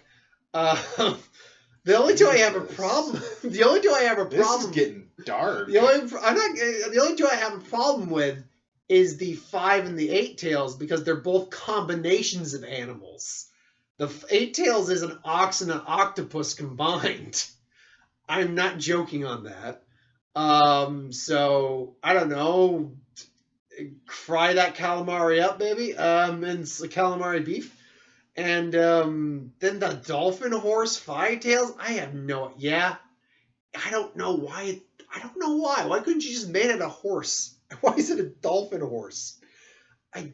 It does not look like a dolphin or a horse, really. That was one of the weirdest choices they made. It sounds like someone was drinking when they made these. No. It sounds like some stuff got lost in translation back and forth. Because when you say dolphin horse, what I picture is a depiction of the old, I guess it appears in Celtic and the Kelpie? mythology. Yeah. The Kelpie, that would have been a cool idea. A Kelpie style tail beast would have been cool. Because the old depiction of it is, it's like half horse, and then the other half is kind of like that of a dolphin. Or a fish or something. So yeah. No, I get that. I know you dislike Boruto. I do.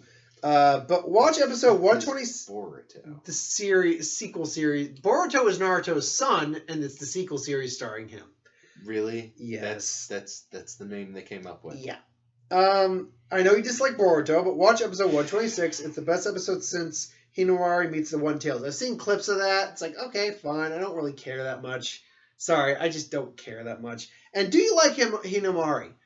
I will say I like her more than her brother. It's the little I've watched or seen of it. I like her more because she's basically just a nice kid, whereas Boruto's a little shit. Moving on. Super SNM. What if you watched JoJo? If I watched JoJo, maybe I would like it. Maybe I dislike it. I've never seen JoJo's Bizarre Adventure, so I haven't really seen a whole lot of it, but it's pretty cool. Mm-hmm. I know the premise and like some of the lore. First series where they had a lot of characters based off of classic rock and a bunch of musicians and stuff like that, and it was really cool. Jaden Mercado, well done and well deserved. Thank you. About our 40,000 subscribers. 12th comment from Target Shopper 16. Congratulations. You didn't actually ask a question, but you made 12th comment. Jaden Mercado. If you could have a superpower, what would it be? Oh, God. That is one of the most loaded questions ever. I think we answered this last time. Probably. I think it was something like flight, invisibility. Teleportation, those kind of things. Yeah. Like if I were to answer it right now, teleportation's a good one. Invulnerability is not bad though. Just to avoid injury. I wouldn't want a healing factor. That could really come back to bite you in the ass when you really think about it. But invulnerability kind of would just negate the need for a healing factor. Fuck immortality. That's always a bullshit one. And flying would be dangerous if your body's not capable of handling the wind shear. So, well, I assume that like all these come with certain caveats. Yeah. That would allow you to be able to properly use them. Yeah. So yeah, I mean, if they didn't technically, actually, I can pass through this wall over here with ease. Actually, I'm not going to live through it. I'll actually say this.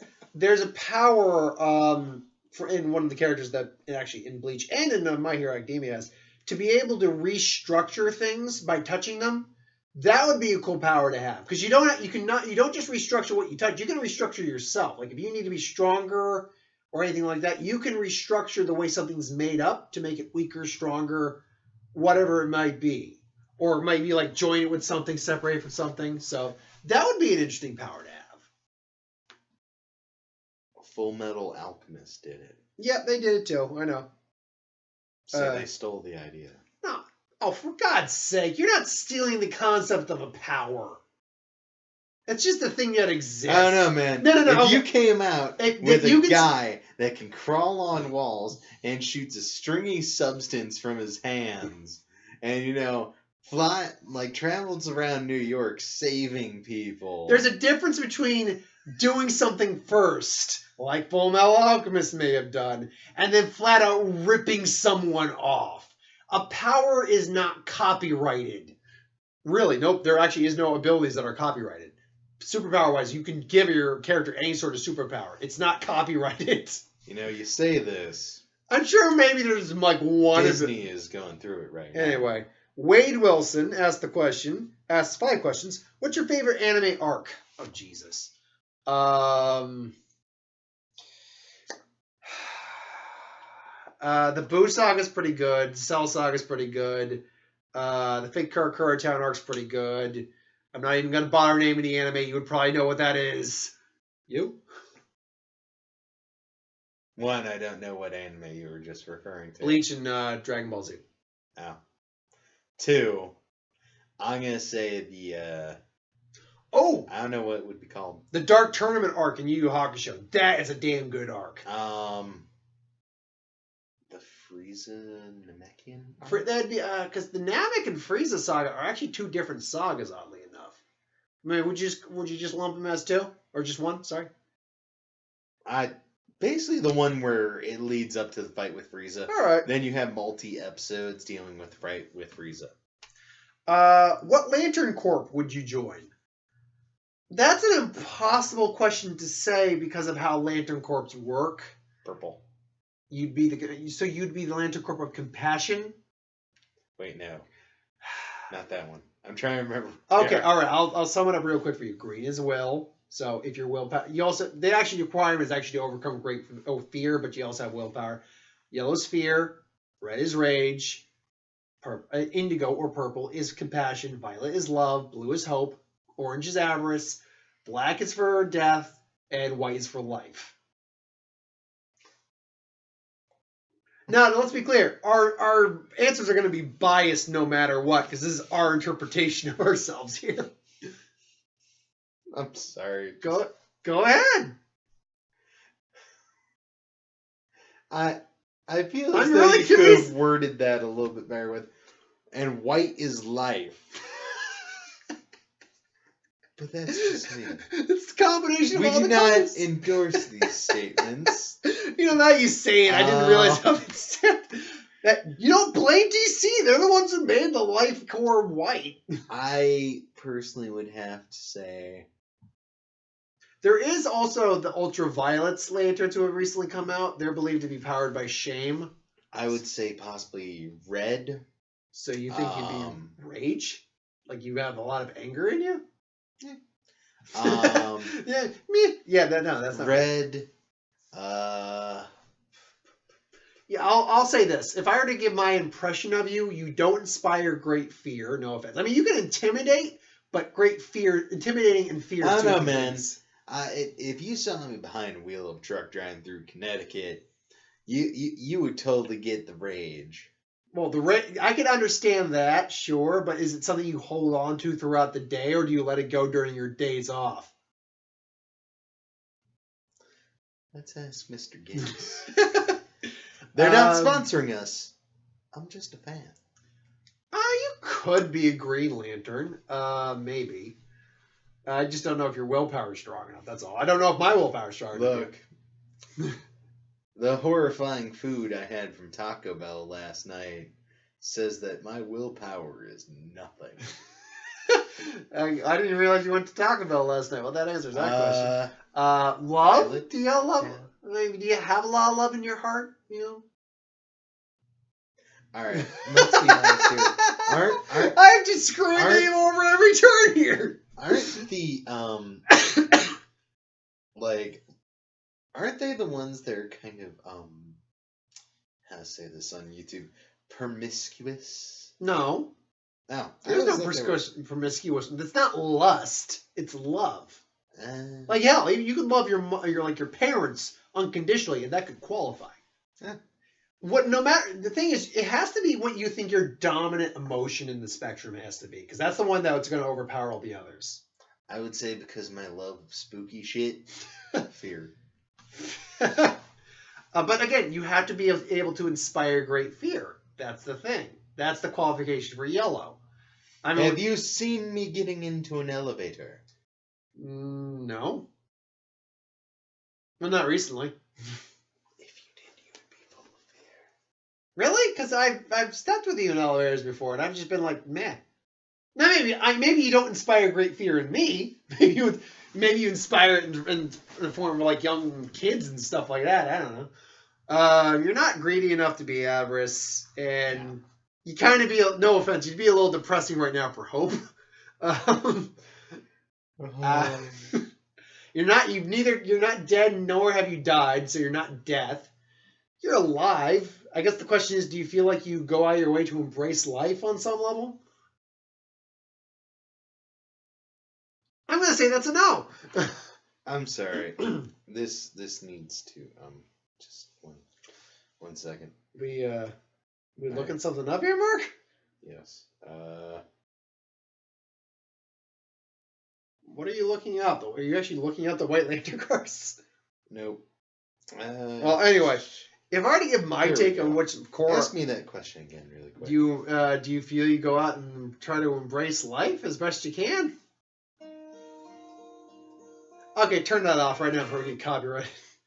Well, you're not a White have Lantern. Up to 30 seconds. That's true. You are not a White Lantern then. So yeah, I guessing Mark would probably be a. I'll be honest, man. At this point, you might be an Ultraviolet Lantern. Ouch. Uh, I was gonna say maybe Death. Rage or Death. You can't be Death. You're not dead, nor have you died. And I don't mean died figuratively on the inside. I mean literally, physically died. But neither has the Grim Reaper one. What? The Grim Reaper dude. You know, the one that was trying to steal the real Death's spiel. Oh, Necron. He eventually did kill himself to become a full-blown Black Lantern. Yeah. So yeah. I mean, I've died on the inside, so I think that counts. Yeah, you Anyway, better hope that's anyway. Next question. Yeah, I didn't answer it for myself just because I just don't know. I love my girlfriend, so I guess I'll say love for now.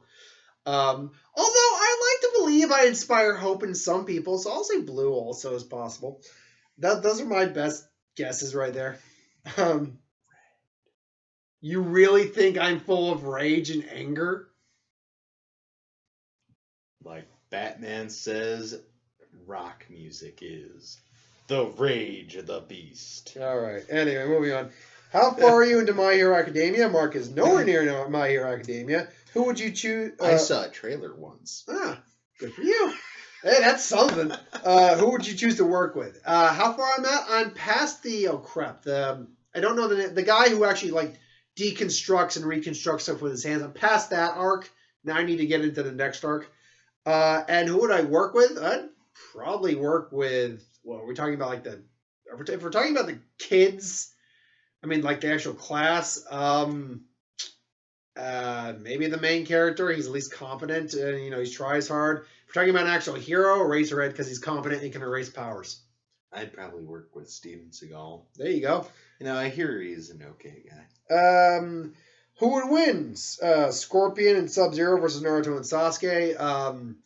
Scorpion and Sub-Zero. I will save that for an actual who would win. I'm leaning towards that because they don't have anything that can actually kill Scorpion. Scorpion can die, but it's only temporary. Well, here's the other thing. Scorpion and Sub-Zero have access to, they don't have to be for kids, and they can show gratuitous violence, people getting their spines pulled out. That doesn't matter in this case. I don't care. No. You can shut your face. Anyway, and would you be a Soul Reaper or a Saiyan? I'd be a Soul Reaper. What? They're asking, would you be a Soul Reaper from Bleach or a Saiyan from Dragon Ball Z? Saiyan. I'd be a Soul Reaper myself. I would be Nappa. Hi, everybody. Hey, kids, you like violence? No, stop it, Taka. There is no Taka, only Nappa. You went to college?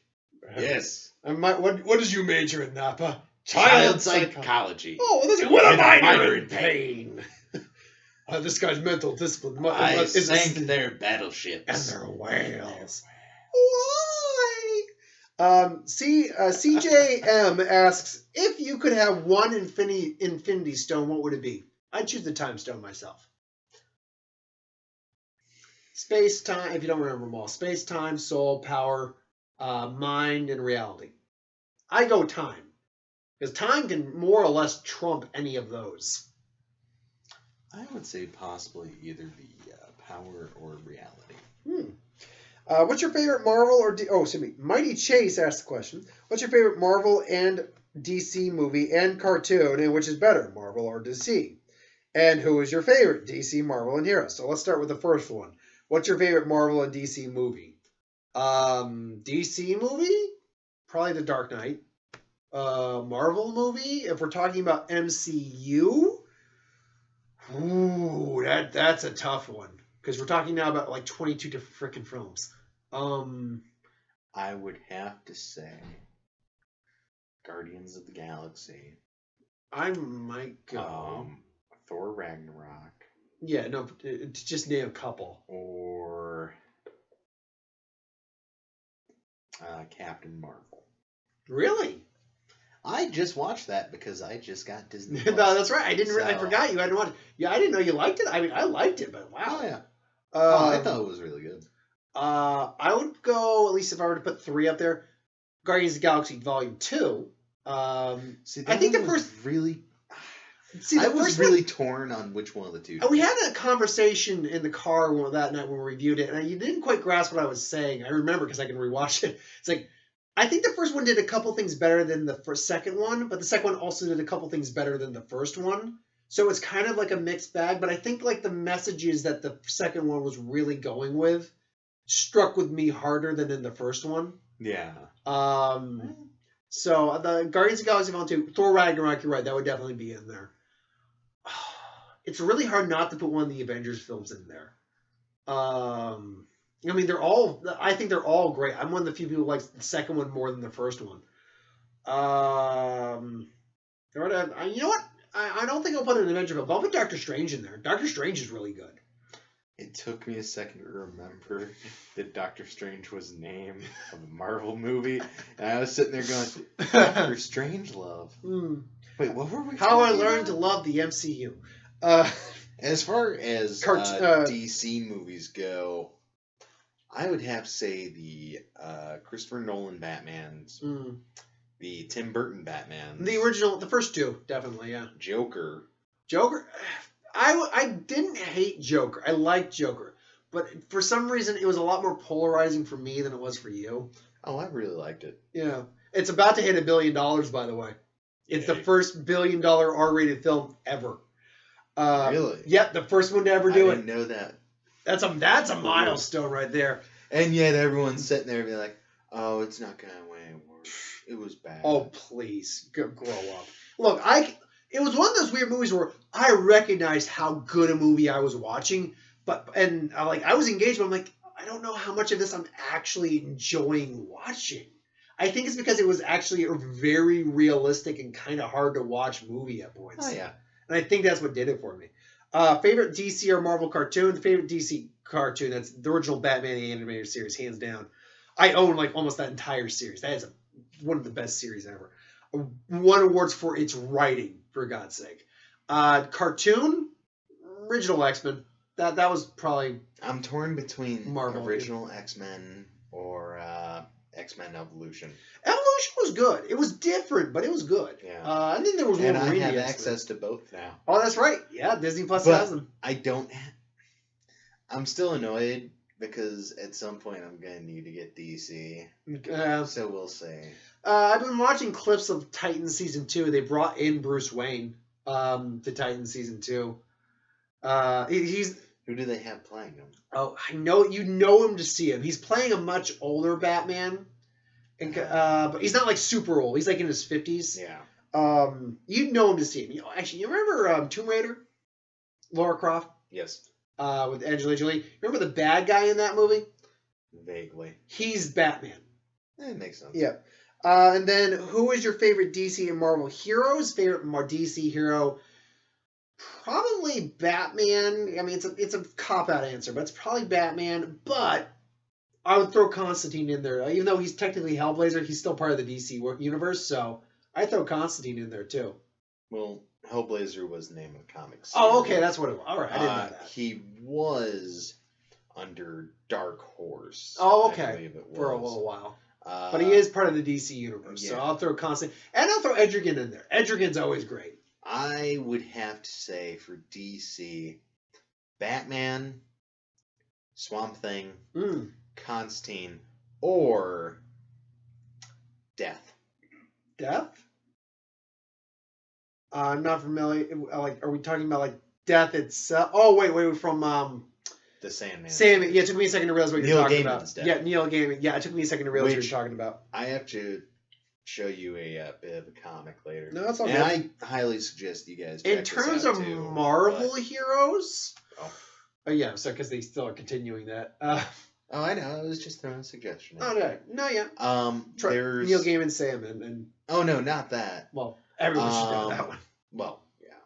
No, there is a comic. I think it's fairly recent, where basically Lex Luthor dies, and the whole, as far as I could tell, bit of the comic was him pretty much sitting there talking with death. Oh. And going back and forth over all this stuff in his life. Is he a good person? Is he a bad person? All of that. It was really well done. Nice. In terms of like the Marvel universe as a whole, that's. I mean, I've always loved Wolverine. I mean, who kind of doesn't? But he's also more of like an anti-hero, though he tries to be a true hero. At this point, I wouldn't really consider him an really? anti-hero. Yeah, it's a fair point. Yeah, so yeah, I'd say Wolverine's in there. Compared to, say, Superman, sure. Yeah. So yeah, Wolverine's definitely in there. There's a lot. You know what? Rocket Raccoon. He's always a fun one. And you know what? No, this character's kind of been swept under the rug in these recent years. Toxin. Toxin is, if you're not aware of who Toxin is, obviously there's Venom and Carnage. It was basically the kid of Venom, more or less, the spawn of Venom. Toxin's the spawn of Carnage. And Toxin is actually, tries to do good. He's like bonded with a cop. Occasionally he'll go crazy, but he's kind of got like a Scarlet Spider design to him. I like Toxin a lot. And he's one that kind of just got swept under the rug a bit. Jesus. See, part of the problem for MCU is everything is so based on groups. Mm-hmm. That it's hard to pick out individuals. Yeah. I would say I am a fan of, Wolverine. Bub, stick, bub. Ulysses Solomon Archer. Who the hell is that? Name strikes a bell. Who the hell is that? What did you just pull out your ass there? Ulysses Solomon Archer. Don't ignore me, motherfucker. Who else? Like, there have been a couple here and there that I thought were pretty good, but it's really difficult for me to pull out. Mighty Chase also asks, have you seen, played, or heard of the game called Halos? Not Halos. I have not. Nope. If this is a continuation in the Halo series just called Halos, I have not heard of that. Not as far as I know. Are you about to look it up? Yes. All right. Superior Gaming 9898. Can you also do a who would win on Suna and Todoroki? I already put that on the list. Also, do you prefer to edit your videos or not? If I could edit, I would edit. I would. I don't. So, yeah. Even with the studio player now, I still don't really edit. So, sorry. I mean, I definitely upgraded the quality to a little. I'm sorry. I'm trying my best. I'm going to have to get you some actual editing. I am so technologically behind. CJM, you also asked, if you could have one superpower, we've already answered this question. I chose like invulnerability, restructuring things, that'd be cool. Mark also chose his. We're down to our last three. Will Anderson the Ox, square or circle? I think I like a circle. Are you a square or circle person?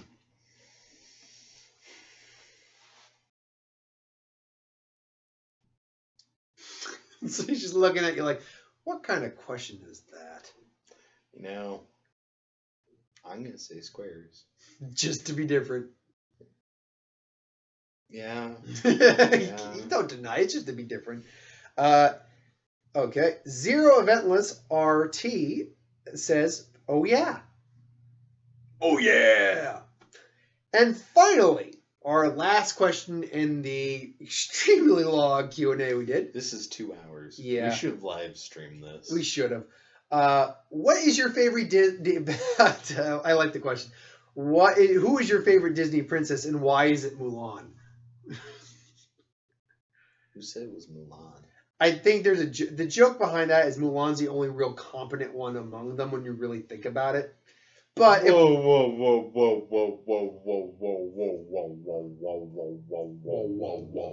You sound like a droid with a drug in New Hope. It's gonna drug a Princess Leia. Wow, I'm spacing. Name the movie. Name. Brave. Oh God, I don't even know. I didn't see Brave. The redhead. Like her name is on the tip of my tongue. Meredith? Or Meredith? I think that's it. Meredith. I like her. She's good.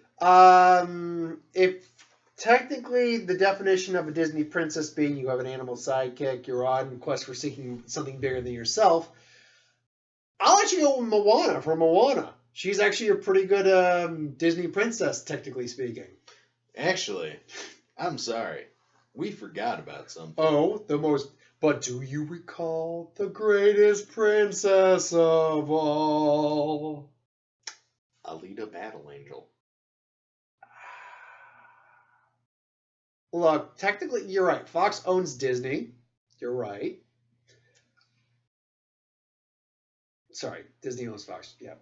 Disney owns Fox. You're right. But besides the fact that she's a girl, Ripley. Besides the fact that she's a woman, Ripley has an animal companion. She's on a quest. She's not a princess. She's not part of any sort of royalty. Moana is. Yes, she's the daughter of the village chief. Mulan is. No, she's not. But she's counted at it for some bullshit reason. Well, several of them are not the daughters of royalty. I mean, look at Belle. No, but she married into it. Counts. So it counts only if you marry into it. Okay. Let's go back to the Ripley thing real quick. And this is the last question, so we can take a little bit of time on this. Why would Ripley be a princess? Now because several of these characters should technically be queens. Why would Ripley be a queen? Why would she be any designation of royalty? Why aren't any of them any designation of royalty? Because the majority of them do live in a society that has royalty, royal families, and the majority of them somehow find a way to be part of the royal family. Okay, well, let's stop here really quick. Because, first of all, Beast. Was Beast a prince? Yes. I'm not sure that automatically makes Belle a princess. Maybe a duchess. That would still be royalty. And by the way, the term Disney princess is just a nice term. Doesn't matter if they're a princess or not. There's still royalty on some level. So again, I don't think it has to do with royalty. It's the notion of princesses are pure, innocent, and they are a main female protagonist who has to fight against something in some way, shape, or form. Yeah, but that doesn't make. But does that make Rey a Disney? I would certainly not say Rey's a Disney princess or Leia. Leia's an official Disney princess because she's a prince. She's Princess Leia, bitch. But Rey, no, I wouldn't put Rey as Disney princess.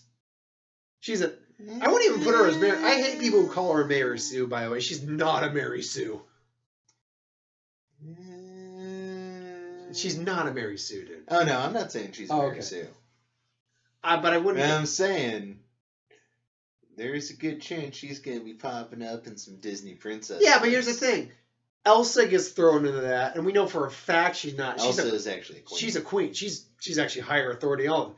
Mulan's not, but I think Nostalgia could have even made a great point of that in one video, is that she's actually above a princess because she saved an entire country and gained the respect of a society that didn't respect women. But that doesn't make you royalty. No, it doesn't make you royalty. For some reason, just because she's animated, they threw her in there. But again, we're talking animated here. Besides Princess Leia, who legitimately has the official title of princess, again, explain to me, coming in full circle again, why Ripley if we're talking would be animated, then Alita totally is. Technically, no, because there's stop motion involved. It's CGI'd over, but it's all stop motion. Stop motion. Motion capture, sorry. Motion capture. You know what I meant. It's all motion capture. It's really good motion capture. I think you're really stretching here a little bit. I also think you're stretching the idea of what can and can't be a Disney princess. Let's actually go back. Let's is there a definition for it? Because if there's a definition, we can settle this debate right now. But here's my issue while you're looking it up about that concept. It's like, what about her, besides the fact they're owned by Disney, makes her a Disney princess, besides the fact she has CGI animation over her face? She had a little dog, but it got killed. Spoiler. The manga's been out for years, and so has the anime, and the movie's been out now for over a year, so spoiler.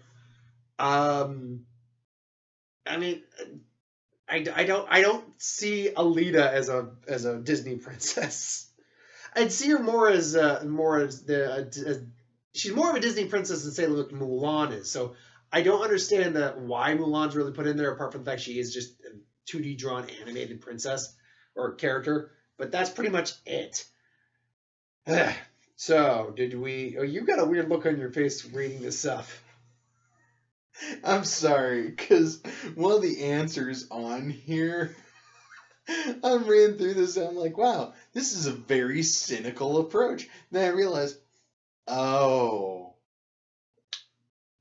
if you're interested in becoming a Disney princess, Oh God! you need to be between 5'4" and 5'7" tall, 18 to 26 years of age, and a size 10 or under.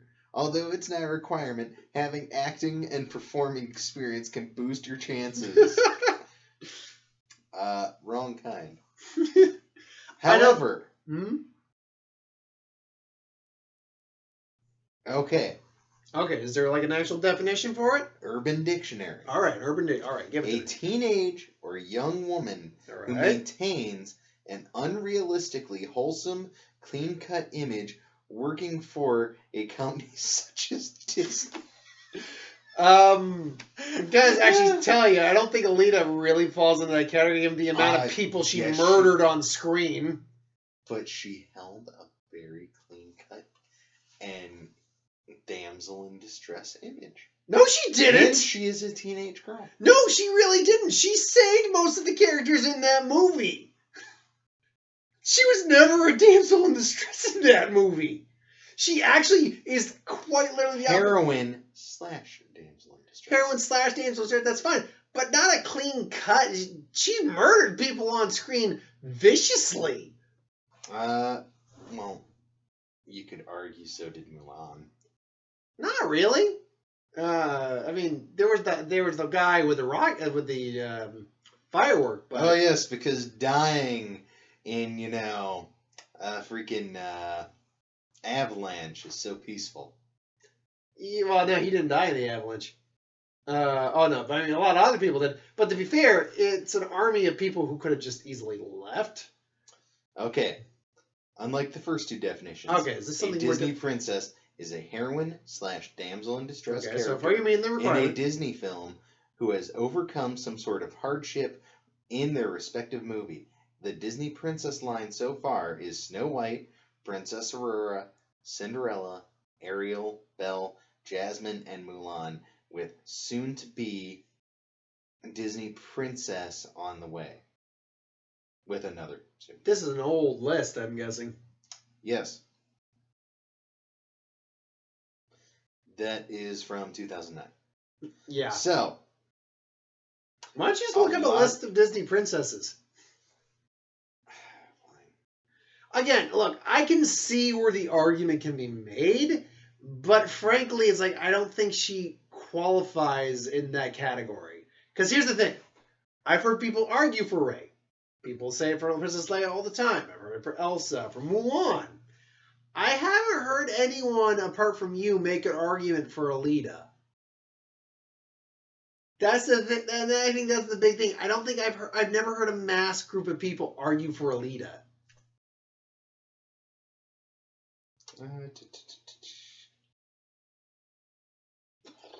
I have. There's plenty of it on Reddit. Of course, it's because it's freaking Reddit. Everyone. Reddit is a beautiful, wonderful place that has been helping me with my snake. Thank you to Reddit. Did you try feeding him again today, or? No, I'm going to do that tomorrow. Oh, okay, cool. Do have some questions for you, though. Sure. But let's that sum being this up, said, because we went to Alita Battle Angel is Disney princess. I'll argue she's He not. is wrong. And We can all be wrong sometimes, Mark. It's okay to be wrong. Yeah, it is nice of you to accept that responsibility. I'm glad you accept the responsibility of my responsibility being I haven't responsible for you. accepted shit. Yeah, you just if you want to live in denial, it's fine. Thanks for watching this Q&A, dude. What are you gonna do? Just whip me with that? No, it's metal. Jesus. No, that's why I'm not saying. Are you gonna whip me with that? I was like, yeah, that'll hurt, and then I'm gonna beat the crap out of you later. It's my fencing saber. Yeah. Well, then you suddenly grab for it. It's like, oh, is that right? Well, yes. Mostly you sit here and be like, Yeah. are you sure about that? And then I was like, ah. Yeah, technically, we're all owned by Disney now, so we're all Disney princesses. Welcome to what was it like? I watched a hilarious thing. It's 2025, and Disney has bought out the last of the renegade streaming services. Now controls the entire economy, and everything's all dandy. He's like, yeah, soon Disney will own us all. Look, if Disney is going to own all of us, I just ask, can we have Imagineered houses? I don't know, but Winnie the Pooh's got to go. At least that's what South Park taught us. God Almighty! I hope he just gets the shit kicked out of him by the end of the season. Oh, sorry, okay. I was referring to South Park there. I don't watch South Park very much. Anyway, thanks for watching. Hope you enjoyed. We are sorry it's been over 2 hours, but oh well. Like, comment, share, subscribe. As always, who wants to review something, put in the comments below. Let us know. We'll do a review of it at some point. And I meant to do a few extra videos today. A review for Ford v Ferrari, which was really good, by the way. Rick and Morty's new episode, I'll have a review for that up tomorrow. And the Who Would Win, I'll have that tomorrow as well. Other than that, though, I'll probably just be hanging out with Carrie and when she goes off for work, I will just be playing Pokemon Shield for the rest of the day. I'm going to look into seeing what I can do for some video game videos for you guys. Like I said, it's mostly an issue of what games am I competent enough at to be able to do, World of Tanks, and to probably. have some commentary. World of Tanks isn't actually on my computer. Oh. When I was playing World with Tanks, it was all on Xbox. Oh, okay. Yeah. Which I can't really do because I'm not going to pay for Xbox Live at this point for an Xbox 360. No. So you're better off just getting a whole maybe I'll do some World of Warships, or maybe I'll do some War Thunder. I'm not the greatest. I still suggest try that fish feed and grow game. It's actually pretty entertaining from the Let's Plays I've seen. We'll see. I don't know. I could tell you I'm not going to do freaking Death Stranding. Oh, God, no. That just seems a little too weird for me. Morty, I might look into... We can eat the baby, Morty. Red Dead Redemption. Oh, yeah, the new one's coming out. It already came out, but it's coming out for PC. Ah, okay. So you're just waiting on that then? Yeah. Well, I think it's already out for PC. Talk about a series of games, because, Red Dead Redemption's had, how many games in it now? 3. 3. That Red Dead Revolver. The original Red Dead Redemption. No. And Red Dead Redemption 2. There's only been 3 games, but they've all been really highly rated games. Red Dead Revolver is kind of underrated. Not a lot of people know about it. Red Dead Redemption just had an amazing story, really good setting, and everything else like that. Gameplay all right, at least? Oh, yeah. Okay, gameplay was good then. All right. Red Dead Redemption 2 has amazing gameplay, huge maps, and a really long and involved story. That's good. So a lot of people have just been really big fans of that. I might look into doing that once it comes to Steam. One of those series that just kind of goes under the radar initially and then just starts to build and mass the group and the following with quality and everything like that. But anyway, thanks for watching. Hope you enjoyed, and I guess you got the mouse, so click us out, Mark. All right. Well, shit. You didn't have anything in there, did you? Nope. Okay. Good. Thankfully. Later. Bye.